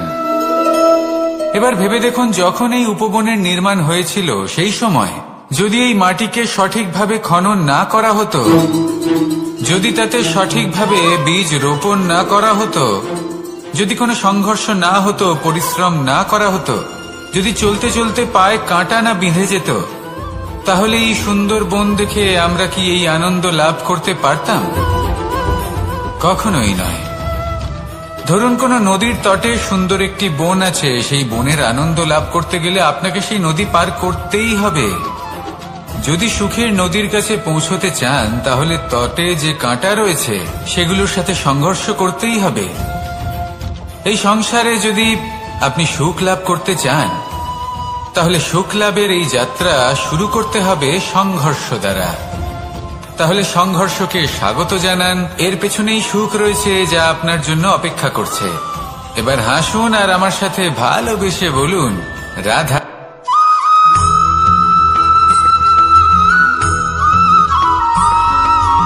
জীবনে অগ্রসর হওয়ার জন্য আমাদের কাকে প্রয়োজন হয়? মাতা পিতা, বন্ধু, প্রেম, সাহায্য, অর্থ, পরিশ্রম, আশা। ভিন্ন ভিন্ন মানুষ ভিন্ন ভিন্ন বিকল্প চয়ন করে। যদি আমি আপনাকে বলি, তাহলে জয় আর পরাজয়ের মন্ত্র দুটো শব্দের উপর নির্ভর করে, মেনে নেওয়া আর দৃঢ় হওয়া। যদি মেনে নেন তাহলে হেরে যাবেন, যদি দৃঢ় হন তাহলে নিশ্চিত রূপে জয়ী হবেন। যদি কখনো আপনি ক্লান্ত হয়ে ওঠেন, আপনি দুঃখী হন, পুরোপুরি ভেঙে পড়েছেন, তখন মেনে নেবেন না যে আপনি ভেঙে পড়েছেন, নয়তো হেরে যাবেন। তখন উল্টে স্থির করবেন যে যাই হয়ে যাক না কেন, আমি জয়ী হবই। আর আপনি দেখবেন যে জয় নিশ্চিত রূপে আপনার কাছেই আসবে। তাহলে এই কথা মনে রাখবেন আর আমার সাথে ভালোবেসে বলবেন, রাধা রাধা।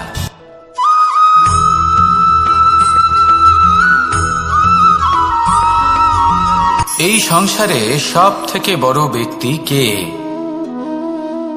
আপনি বলবেন, এই কেমন ধরনের প্রশ্ন?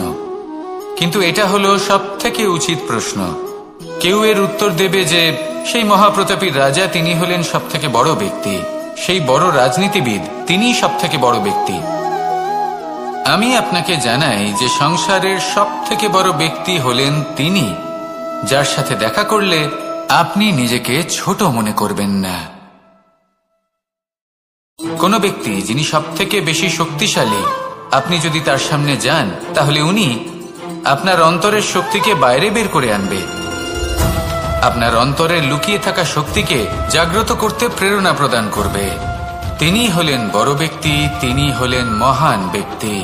তিনি নন যিনি নিজের বল এবং ঐশ্বর্য দ্বারা আপনাকে তার সামনে ছোট প্রমাণ করবেন। এবং সেই জন্য মহাদেব আমার আরাধ্য হলেন আমার খুব প্রিয়। কারণ রাজা হোক বা ফকির, কেউ যদি ওনার সামনে যান তাহলে সে নিজেকে ছোট মনে করেন না। আপনিও যদি জীবনে অনেক বড় হতে চান তাহলে কাউকে কখনো নিজেকে ছোট মনে করতে দেবেন না। তার অন্তরে বড় হয়ে ওঠার প্রেরণা প্রদান করুন। আসুন আমার সাথে ভালোবেসে বলুন, রাধা রাধা।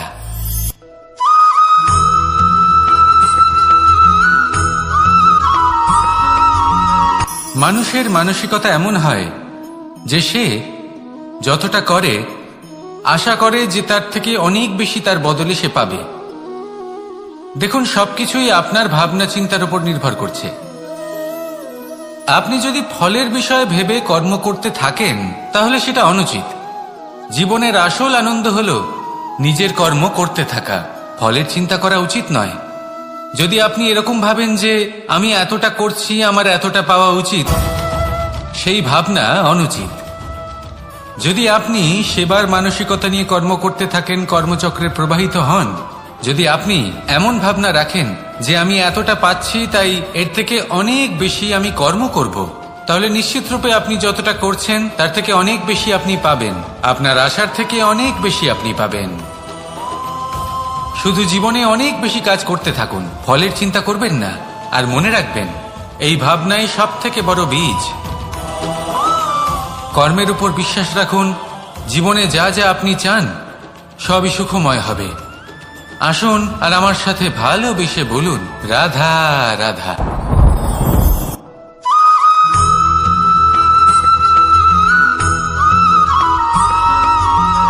এই দড়িটা দেখুন, ছোট ছোট রেশম দ্বারা তৈরি। এটা সরু সুতো দ্বারা তৈরি হয়েছে এটা, আর এ অত্যন্ত কোমলও বটে। আর আপনি চাইলে এটা সোজাও করে দিতে পারেন, আর চাইলে এটা বেঁকিয়েও দিতে পারেন। আর যদি চান তাহলে এটা গোল গোল করে বেঁধে কোথাও রেখেও দিতে পারেন। এবার এই কোমল দড়ি যদি কোনো নিষ্ঠুর কঠিন পাথরে বারংবার জড়িয়ে দেওয়া হয় তাহলেও তাকেও কাটতে পারে, নিজের ছাপ ছেড়ে যেতে পারে, সেটার আকারও বদলে ফেলতে পারে। এবার এর কারণ কি? এর কারণ হলো অভ্যাস আর নিরন্তর প্রচেষ্টা। যদি আপনিও চেষ্টা করেন আর নিরন্তর কর্ম করে যান, তাহলে আপনার প্রারব্ধ পাথরের মতো কঠিনই হোক না কেন, তাতে ভাঙন ধরিয়েও আপনি নিজের লক্ষ্যে অবশ্যই পৌঁছতে পারবেন। একটা গুরুত্বপূর্ণ কথা মনে রাখবেন,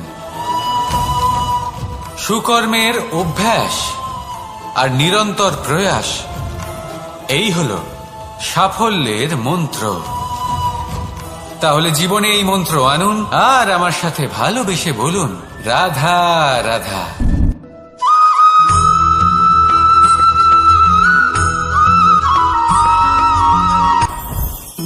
জীবনে কিছু শেখা অত্যন্ত গুরুত্বপূর্ণ।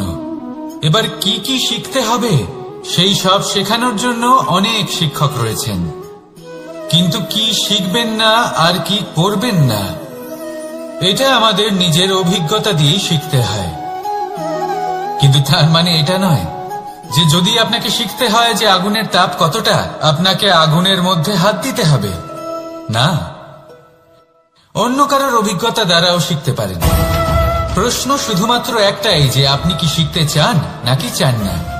যদি আপনি এটাই ভাবেন যে আমি শুধুই নিজের অভিজ্ঞতা দ্বারাই শিখতে চাই, তাহলে জীবনকাল ছোট মনে হবে, অনেক কিছুই শিখতে পারবেন না।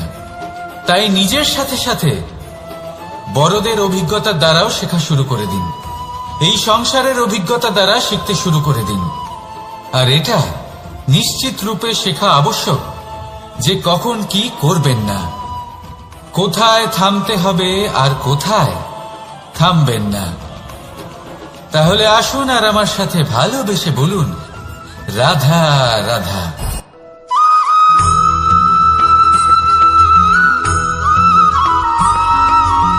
মানুষের একটি সমস্যা আছে যে মানুষ সাফল্যকে মাপতে থাকেন, লক্ষ্যপ্রাপ্তিকে মাপতে থাকেন এবং তার তুলনা করতে থাকেন যে ও এত কিছু পেল আর আমি পেলাম না, ওর কাছে এত কিছু আছে কিন্তু আমার কাছে নেই। এই তুলনা করার জন্য ওনারা দুঃখী হয়ে পড়েন, নিরাশ হয়ে পড়েন। তাই আমি একটা প্রশ্ন করছি যে এটা কি উচিত? এই সংসারে আপনি কি নিয়ে তুলনা করবেন, যেখানে সূর্যদেব চন্দ্রমা দুজনেই আছেন, দুজনেই হলেন বিশেষ, দুজনেই নিজ নিজ সময়ে উদিত হন। এদের মধ্যে একজন না থাকলে তাহলে আমাদের জীবন কঠিন হয়ে পড়বে। ঠিক সেইভাবেই আপনি যদি একটা বড় রেখা অঙ্কন করেন তাহলে অন্য রেখাটি ছোট হয়ে পড়ে না, সে তেমনই থাকে যেমনটা সে ছিল। আপনার অস্তিত্ব কখনো ছোট বা বড় হতে পারে না। শুধু তুলনা করার জন্য আপনার এটা মনে হতে পারে। যদি আপনি যুদ্ধ করতে চান আপনার তলোয়ারের প্রয়োজন পড়বে। যদি বস্ত্র তৈরি করতে চান এত বড় তলোয়ার দিয়ে কিছুই হবে না, তখন প্রয়োজন পড়বে একটা ছোট্ট সূচের। তাই তুলনা করবেন না, না নিজেকে ছোট মনে করবেন না অন্য কাউকে। সবার সাথে সহযোগিতা করুন, আর যদি তুলনা করতেই হয় নিজের সাথে করুন, যে কাল আমি কেমন ব্যক্তি ছিলাম, আজ কি তার থেকে শ্রেষ্ঠ হয়ে উঠতে পেরেছি। ভেবে দেখুন ভবিষ্যতে গিয়ে আপনি কতটা শ্রেষ্ঠ ব্যক্তি হতে পারেন। আসুন আমার সাথে ভালোবেসে বলুন রাধা রাধা।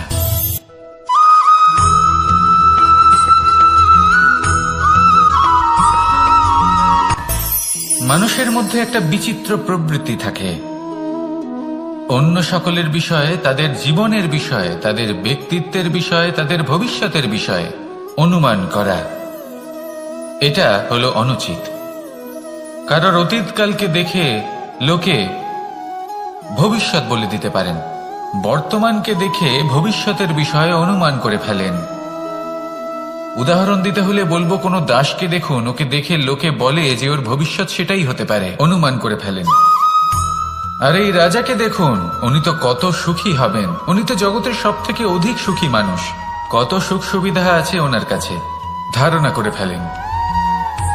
তবে সত্য তো এটাই যে কারোর ব্যক্তিত্বের বিষয়ে, তাদের ভবিষ্যতের বিষয়ে আপনি পূর্ণ সত্য কখনোই বলতে পারবেন না, শুধু অনুমান করতে পারবেন। আর এই অনুমান করে সত্যি কোনো লাভ হয় না, কারণ এই কাল সেটা হলো অত্যন্ত শক্তিশালী। কালো থেকে কালোতর কয়লাকেও হিরেতে পরিণত করতে পারে, অনেক বড় বড় রাজাকেও বিদূষক বানিয়ে ফেলতে পারে এক মুহূর্তেই। তাহলে আপনি অনুমান করে কি লাভ? কি পেলেন অনুমান করে? সেই জন্য কারোর বিষয়ে কোনো অনুমান করবেন না, তার ভবিষ্যতের বিষয়ে অনুমান করতে যাবেন না, কারোর বিষয়ে কোনো ধারণা করে নেবেন না। কিছু করতে হলে ভালোবাসুন, সবার মধ্যে ভালোবাসা ছড়ান, সবার মধ্যে ধন্যাত্মক ভাব ছড়ান। এই মন প্রসন্ন হয়ে বলবে রাধা রাধা।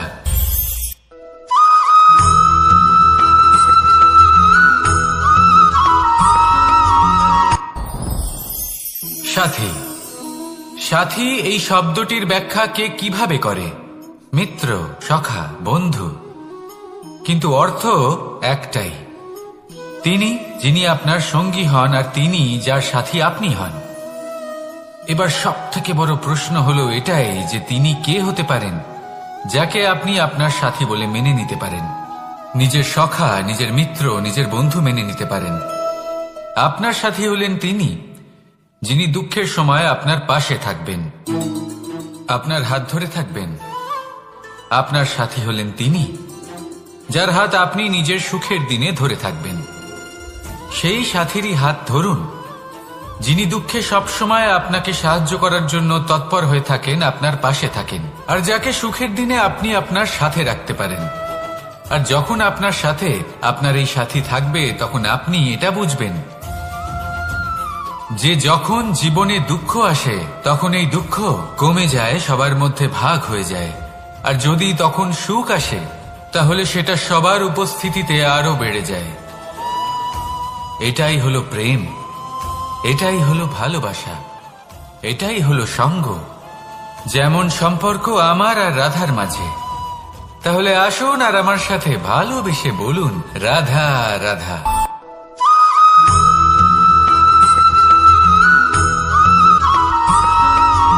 আমাদের শরীর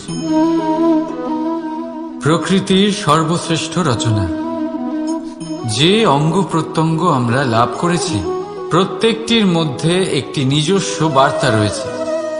একটু ভেবে দেখুন, দুটি চোখ দিয়েছে দেখার জন্য, দুটি কান দিয়েছে শোনার জন্য, নাসিকাও আছে দুটি, দুটি হাত দিয়েছে দ্বিগুণ পরিশ্রম করার জন্য। কিন্তু জীব শুধুমাত্র একটি, তার উপরেও তীক্ষ্ণ বলিষ্ঠ দাঁত দিয়েছে তার রক্ষার জন্য। কখনো ভেবে দেখেছেন কেন?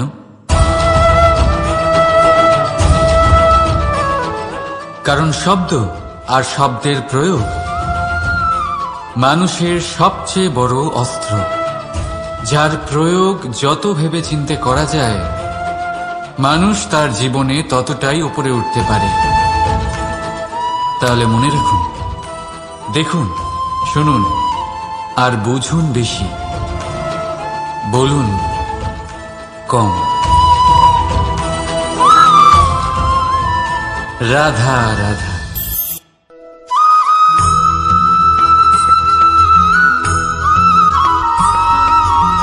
এই সংসারে সব থেকে বড় ব্যক্তি কে? আপনি বলবেন, এই কেমন ধরনের প্রশ্ন? কিন্তু এটা হলো সব থেকে উচিত প্রশ্ন। কেউ এর উত্তর দেবে যে সেই মহাপ্রতাপী রাজা, তিনি হলেন সব থেকে বড় ব্যক্তি, সেই বড় রাজনীতিবিদ, তিনিই সব থেকে বড় ব্যক্তি।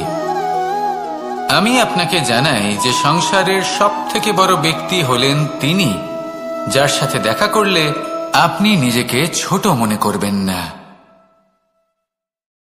কোন ব্যক্তি যিনি সব থেকে বেশি শক্তিশালী, আপনি যদি তার সামনে যান তাহলে উনি আপনার অন্তরের শক্তিকে বাইরে বের করে আনবে, আপনার অন্তরের লুকিয়ে থাকা শক্তিকে জাগ্রত করতে প্রেরণা প্রদান করবে।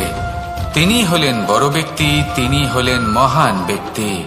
তিনি নন যিনি নিজের বল এবং ঐশ্বর্য দ্বারা আপনাকে তার সামনে ছোট প্রমাণ করবেন। এবং সেই জন্য মহাদেব আমার আরাধ্য হলেন আমার খুব প্রিয়। কারণ রাজা হোক বা ফকির, কেউ যদি ওনার সামনে যান তাহলে সে নিজেকে ছোট মনে করেন না। আপনিও যদি জীবনে অনেক বড় হতে চান তাহলে কাউকে কখনো নিজেকে ছোট মনে করতে দেবেন না। তার অন্তরে বড় হয়ে ওঠার প্রেরণা প্রদান করুন। আসুন আমার সাথে ভালোবেসে বলুন, রাধা রাধা।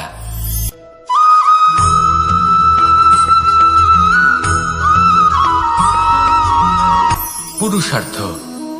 শাস্ত্রে 4 ধরনের পুরুষার্থের কথা বলা হয়েছে। প্রথম হলো ধর্ম। আপনি কি জানেন এই ধর্ম আসলে কি? আপনার কি মনে হয় ধর্ম আসলে কি? কোনো বিশেষ ঈশ্বরকে মানাই কি ধর্ম বলা হয়? নাকি কোনো বিশেষ রীতি পালন করাই হলো ধর্ম? নাকি কোনো বিশেষ সাহিত্যকে সর্বশ্রেষ্ঠ মনে করাই হলো ধর্ম? না, ধর্ম হলো সেটা যাকে ধারণ করা যেতে পারে। আর ধারণ শুধু সেটাই করা যায় যা পবিত্র। পবিত্র শুধু তাকেই বলা হয় যা নিঃস্বার্থ, যার মধ্যে শাসন করার কোনো ইচ্ছে নেই, যা সরলভাবেই প্রবাহমান, জল এবং বায়ুর মতো। যখন কোনো ব্যক্তি ধর্মকে ধারণ করেন এবং সেই ধর্ম সেই ব্যক্তিকে রক্ষা করে, তখন তাকে ধর্ম বলা হয়। ধর্ম যা রক্ষা করে অহংকার থেকে, খারাপ চিন্তার হাত থেকে। সেই জন্য পুরুষার্থ গড়ে তোলার আগে, ধর্ম পালন করার আগে ধর্মের প্রকৃত অর্থ কি সেটা বুঝে নিন। এটা জেনে রাখুন যে সমস্ত ধর্মের আধার, সমস্ত ধর্মের ভিত শুধুমাত্র ভালোবাসা। আসুন আর এই ভালোবাসার সাথেই বলুন, রাধা রাধা।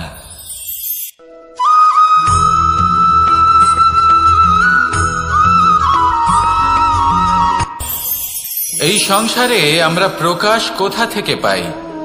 এর উত্তর বড়ই সরল। ভোরে যখন সূর্যোদয় হয় তখন প্রকাশের কিরণ আমাদের ঘরে এসে পৌঁছয়। এইভাবেই আমরা প্রকাশ লাভ করি। এবার এই প্রকাশের আলোতেই আমরা সারাদিনের কাজ সম্পন্ন করি। সন্ধে হয়ে যায়, সূর্যাস্তও হয়ে যায়। আর আমাদের ঘর যাতে অন্ধকার না হয় তার জন্য আমরা একটা প্রদীপ প্রজ্বলিত করি। এটাই ঘটে আমাদের জীবনেও। এবার প্রবাহমান আয়ুর সাথে আমরা আমাদের অন্তরে যদি একটা প্রদীপ প্রজ্বলিত করে নিই, তাহলে বিষয়টাই অন্যরকম হবে। এবার আপনি বলবেন কোন প্রকাশের কথা বলছি যে আমাদের অন্তরে জাগ্রত করা সম্ভব? আমাদের আত্মার মাঝে প্রেমের প্রকাশ জাগ্রত করার কথা বলছি। কারণ আমাদের এই জীবন এও হলো দিনের আলোর মতো।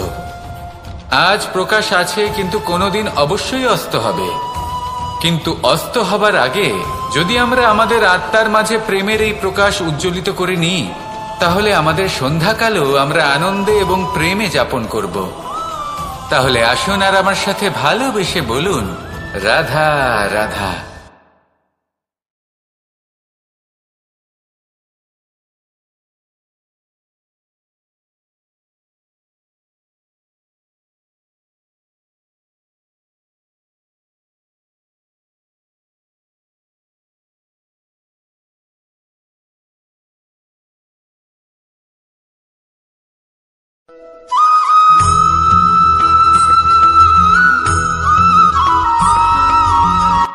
সংসারে আমাদের জীবনে যখন কোনো সুখ বা দুঃখ আসে, তার জন্য আমরা কাউকে না কাউকে অবশ্যই দায়ী করে থাকি, তাই না?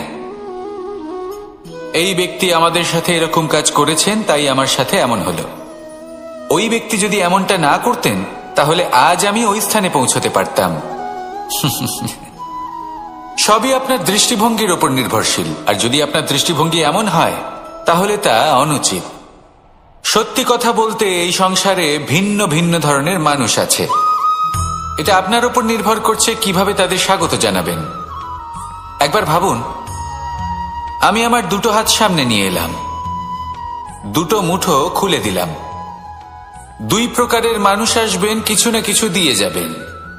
এই মুঠো যদি আমি বন্ধ করে দিই, তাহলে না কেউ আমাকে কিছু দিতে পারবে, না আমার কিছু যাবে আসবে। নিশ্চয়ই বুঝতে পারছেন এই দুই ধরনের ব্যক্তি কারা এবং তারা কি দিয়ে যান। আমি যদি নিজের মুঠো খুলে দিই, তাহলে কিছু ভালো মানুষ আসবেন, আমাকে আনন্দ, সন্তুষ্টি, জ্ঞান প্রদান করে যাবেন, ভালো অভিজ্ঞতা দিয়ে যাবেন। কোনো খারাপ ব্যক্তি যদি আসেন, তাহলে তিনিও খারাপ অভিজ্ঞতা দেবেন, যার থেকে আমি শিক্ষা লাভ করব। এই সব কিছু আমি লাভ করতে পারি। মুঠো যদি বন্ধ করে রাখি, তাহলে আমি কিছুই পাবো না। দেখুন, এই সংসারে প্রত্যেকের জীবনে এরকম। প্রত্যেকের জীবনে সবকিছুই আছে, ভালো খারাপ দুই মানুষই আছে। ভালো অভিজ্ঞতা আছে, খারাপ অভিজ্ঞতা আছে। নির্ভর করছে আপনার উপর যে আপনি কি করবেন, এনাদের স্বাগত কিভাবে জানাবেন, কার থেকে কি বুঝবেন, কি শিখতে পারবেন, আর কোন দৃষ্টিভঙ্গি নিয়ে অগ্রসর হবেন। এটাই নির্ধারণ করবে যে আপনার জীবন কেমন হবে। আসুন আমার সাথে ভালোবেসে বলুন, রাধা রাধা।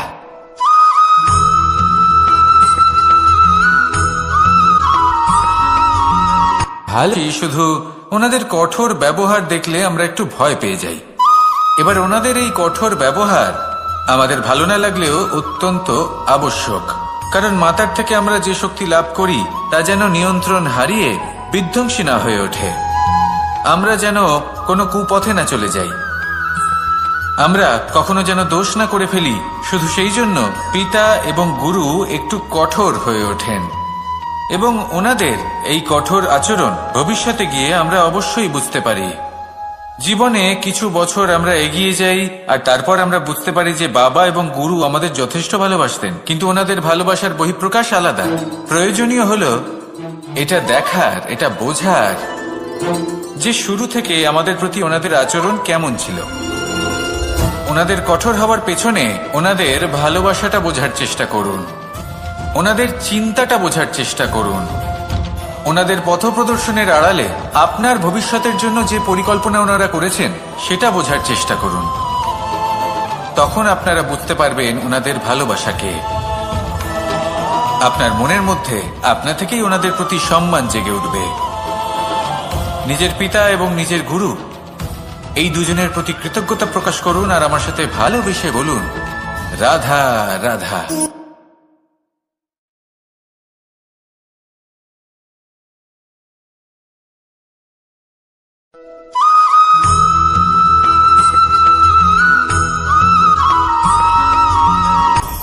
আপনি কখনো পর্বতের শিখরে উঠেছেন?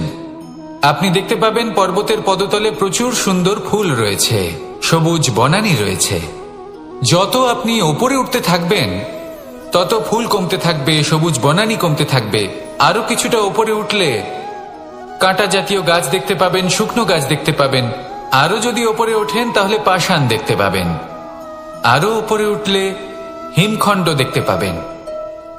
এই যে পর্বত, তা মনুষ্য জীবনের সবথেকে উত্তম উদাহরণ।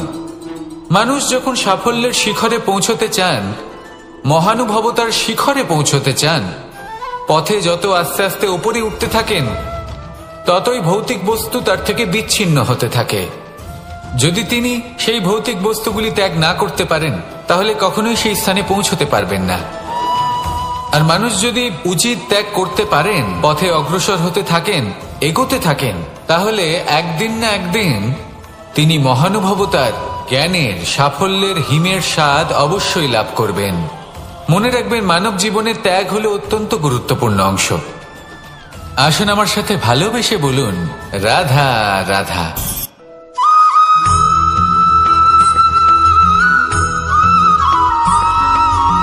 মানুষের একটি সমস্যা আছে যে মানুষ সাফল্যকে মাপতে থাকেন, লক্ষ্যপ্রাপ্তিকে মাপতে থাকেন এবং তার তুলনা করতে থাকেন যে ও এত কিছু পেল আর আমি পেলাম না, ওর কাছে এত কিছু আছে কিন্তু আমার কাছে নেই। এই তুলনা করার জন্য ওনারা দুঃখী হয়ে পড়েন, নিরাশ হয়ে পড়েন। তাই আমি একটা প্রশ্ন করছি যে এটা কি উচিত? এই সংসারে আপনি কি নিয়ে তুলনা করবেন, যেখানে সূর্যদেব, চন্দ্রমা দুজনেই আছেন, দুজনেই হলেন বিশেষ, দুজনেই নিজ নিজ সময়ে উদিত হন। এদের মধ্যে একজন না থাকলে তাহলে আমাদের জীবন কঠিন হয়ে পড়বে। ঠিক সেইভাবেই আপনি যদি একটা বড় রেখা অঙ্কন করেন তাহলে অন্য রেখাটি ছোট হয়ে পড়ে না, সে তেমনই থাকে যেমনটা সে ছিল। আপনার অস্তিত্ব কখনো ছোট বা বড় হতে পারে না, শুধু তুলনা করার জন্য আপনার এটা মনে হতে পারে। যদি আপনি যুদ্ধ করতে চান আপনার তলোয়ারের প্রয়োজন পড়বে। যদি বস্ত্র তৈরি করতে চান এত বড় তলোয়ার দিয়ে কিছুই হবে না, তখন প্রয়োজন পড়বে একটা ছোট্ট সূচের। তাই তুলনা করবেন না, না নিজেকে ছোট মনে করবেন না অন্য কাউকে। সবার সাথে সহযোগিতা করুন, আর যদি তুলনা করতেই হয় নিজের সাথে করুন, যে কাল আমি কেমন ব্যক্তি ছিলাম, আজ কি তার থেকে শ্রেষ্ঠ হয়ে উঠতে পেরেছি। ভেবে দেখুন ভবিষ্যতে গিয়ে আপনি কতটা শ্রেষ্ঠ ব্যক্তি হতে পারেন। আসুন আমার সাথে ভালোবেসে বলুন, রাধা রাধা।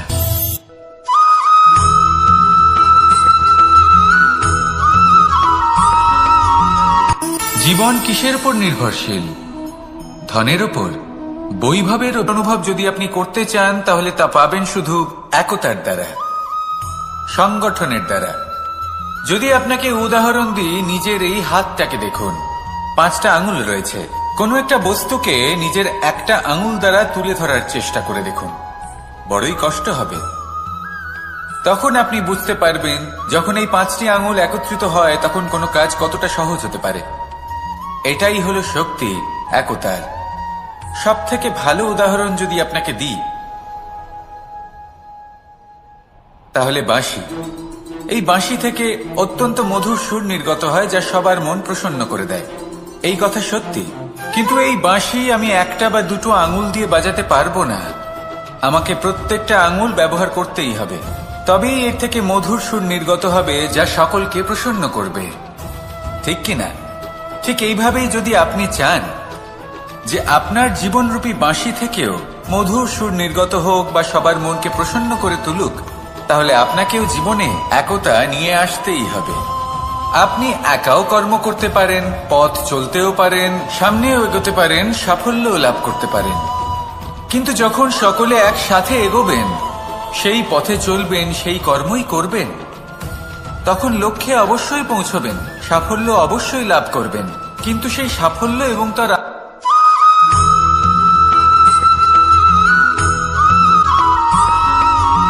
কখনো কখনো আমরা ভাবি যে কোনো ব্যক্তি যিনি ধর্মের পথে চলেছেন, যদি তার দ্বারা কোনো ভুল হয়ে থাকে তাহলে নিয়তি তাকে সেই মুহূর্তেই কঠোর শাস্তি দেন।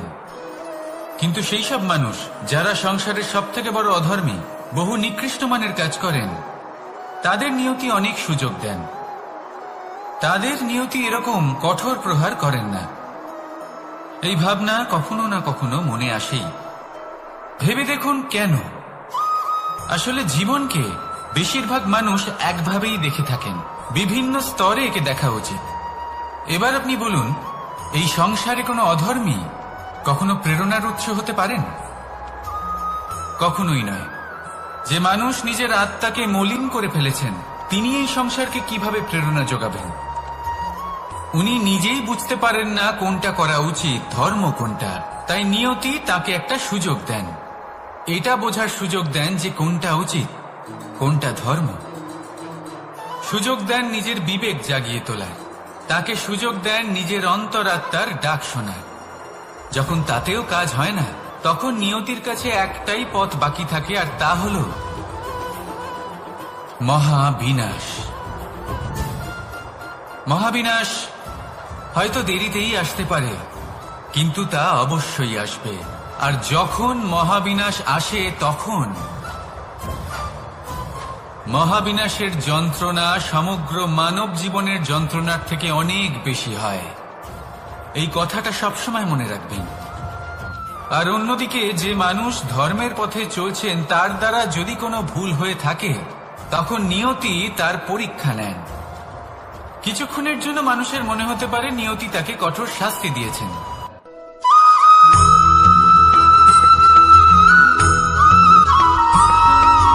প্রত্যেক মানুষ নিজের জীবনে হীরক তথা হিরে এবং দর্পণ এই দুই দেখেছেন। এই দুই হলো সাদা, এবং এরা দুজনেই আলোর প্রতিফলন ঘটায় এবং এরা দুজনেই উজ্জ্বল হয়ে ওঠে। আপনি হয়তো মনে মনে ভাবছেন যে এটা কি ধরনের তুলনা করছি। একটা হিরে তো রত্ন, তার মূল্য দর্পণের থেকে অনেক গুণ বেশি। কিন্তু হিরে থাকাতে দর্পণের মূল্য কিন্তু কোনো অংশে কমে যায় না, তাই না? মানুষ যখন হিরে নিজের হাতে নেয়, তখন সবার আগে কি খোঁজে? দর্পণ, যাতে তার মধ্যে দিয়ে দেখে সে বুঝতে পারে যে সেই হিরে আদৌ তার শোভাবর্ধন করছে কিনা, তাকে ভালো দেখাচ্ছে কিনা, প্রসাধনের জন্য সেটা ব্যবহার করা ঠিক হবে কিনা। অর্থাৎ হীরের উপস্থিতিতে দর্পণের গুরুত্ব কম হলো না, দর্পণের কারণে হীরের মূল্য বোঝা গেল। আমাদের জীবনেও ঠিক এরকমই ঘটে। আপনারা যদি সংসারে নিজের আশেপাশে দেখেন, এমন অনেক মানুষ দেখতে পাবেন যারা নিজেদের ক্ষেত্রে মহান স্থানে পৌঁছেছেন, নিপুণ এবং শ্রেষ্ঠ হয়েছেন। আর তাদের মধ্যে আপনার নিজের মনে হয় যেন আপনি তাহলে নিজেকে ছোট মনে করবেন না। আসুন আর আমার সাথে ভালোবেসে বলুন, রাধা রাধা।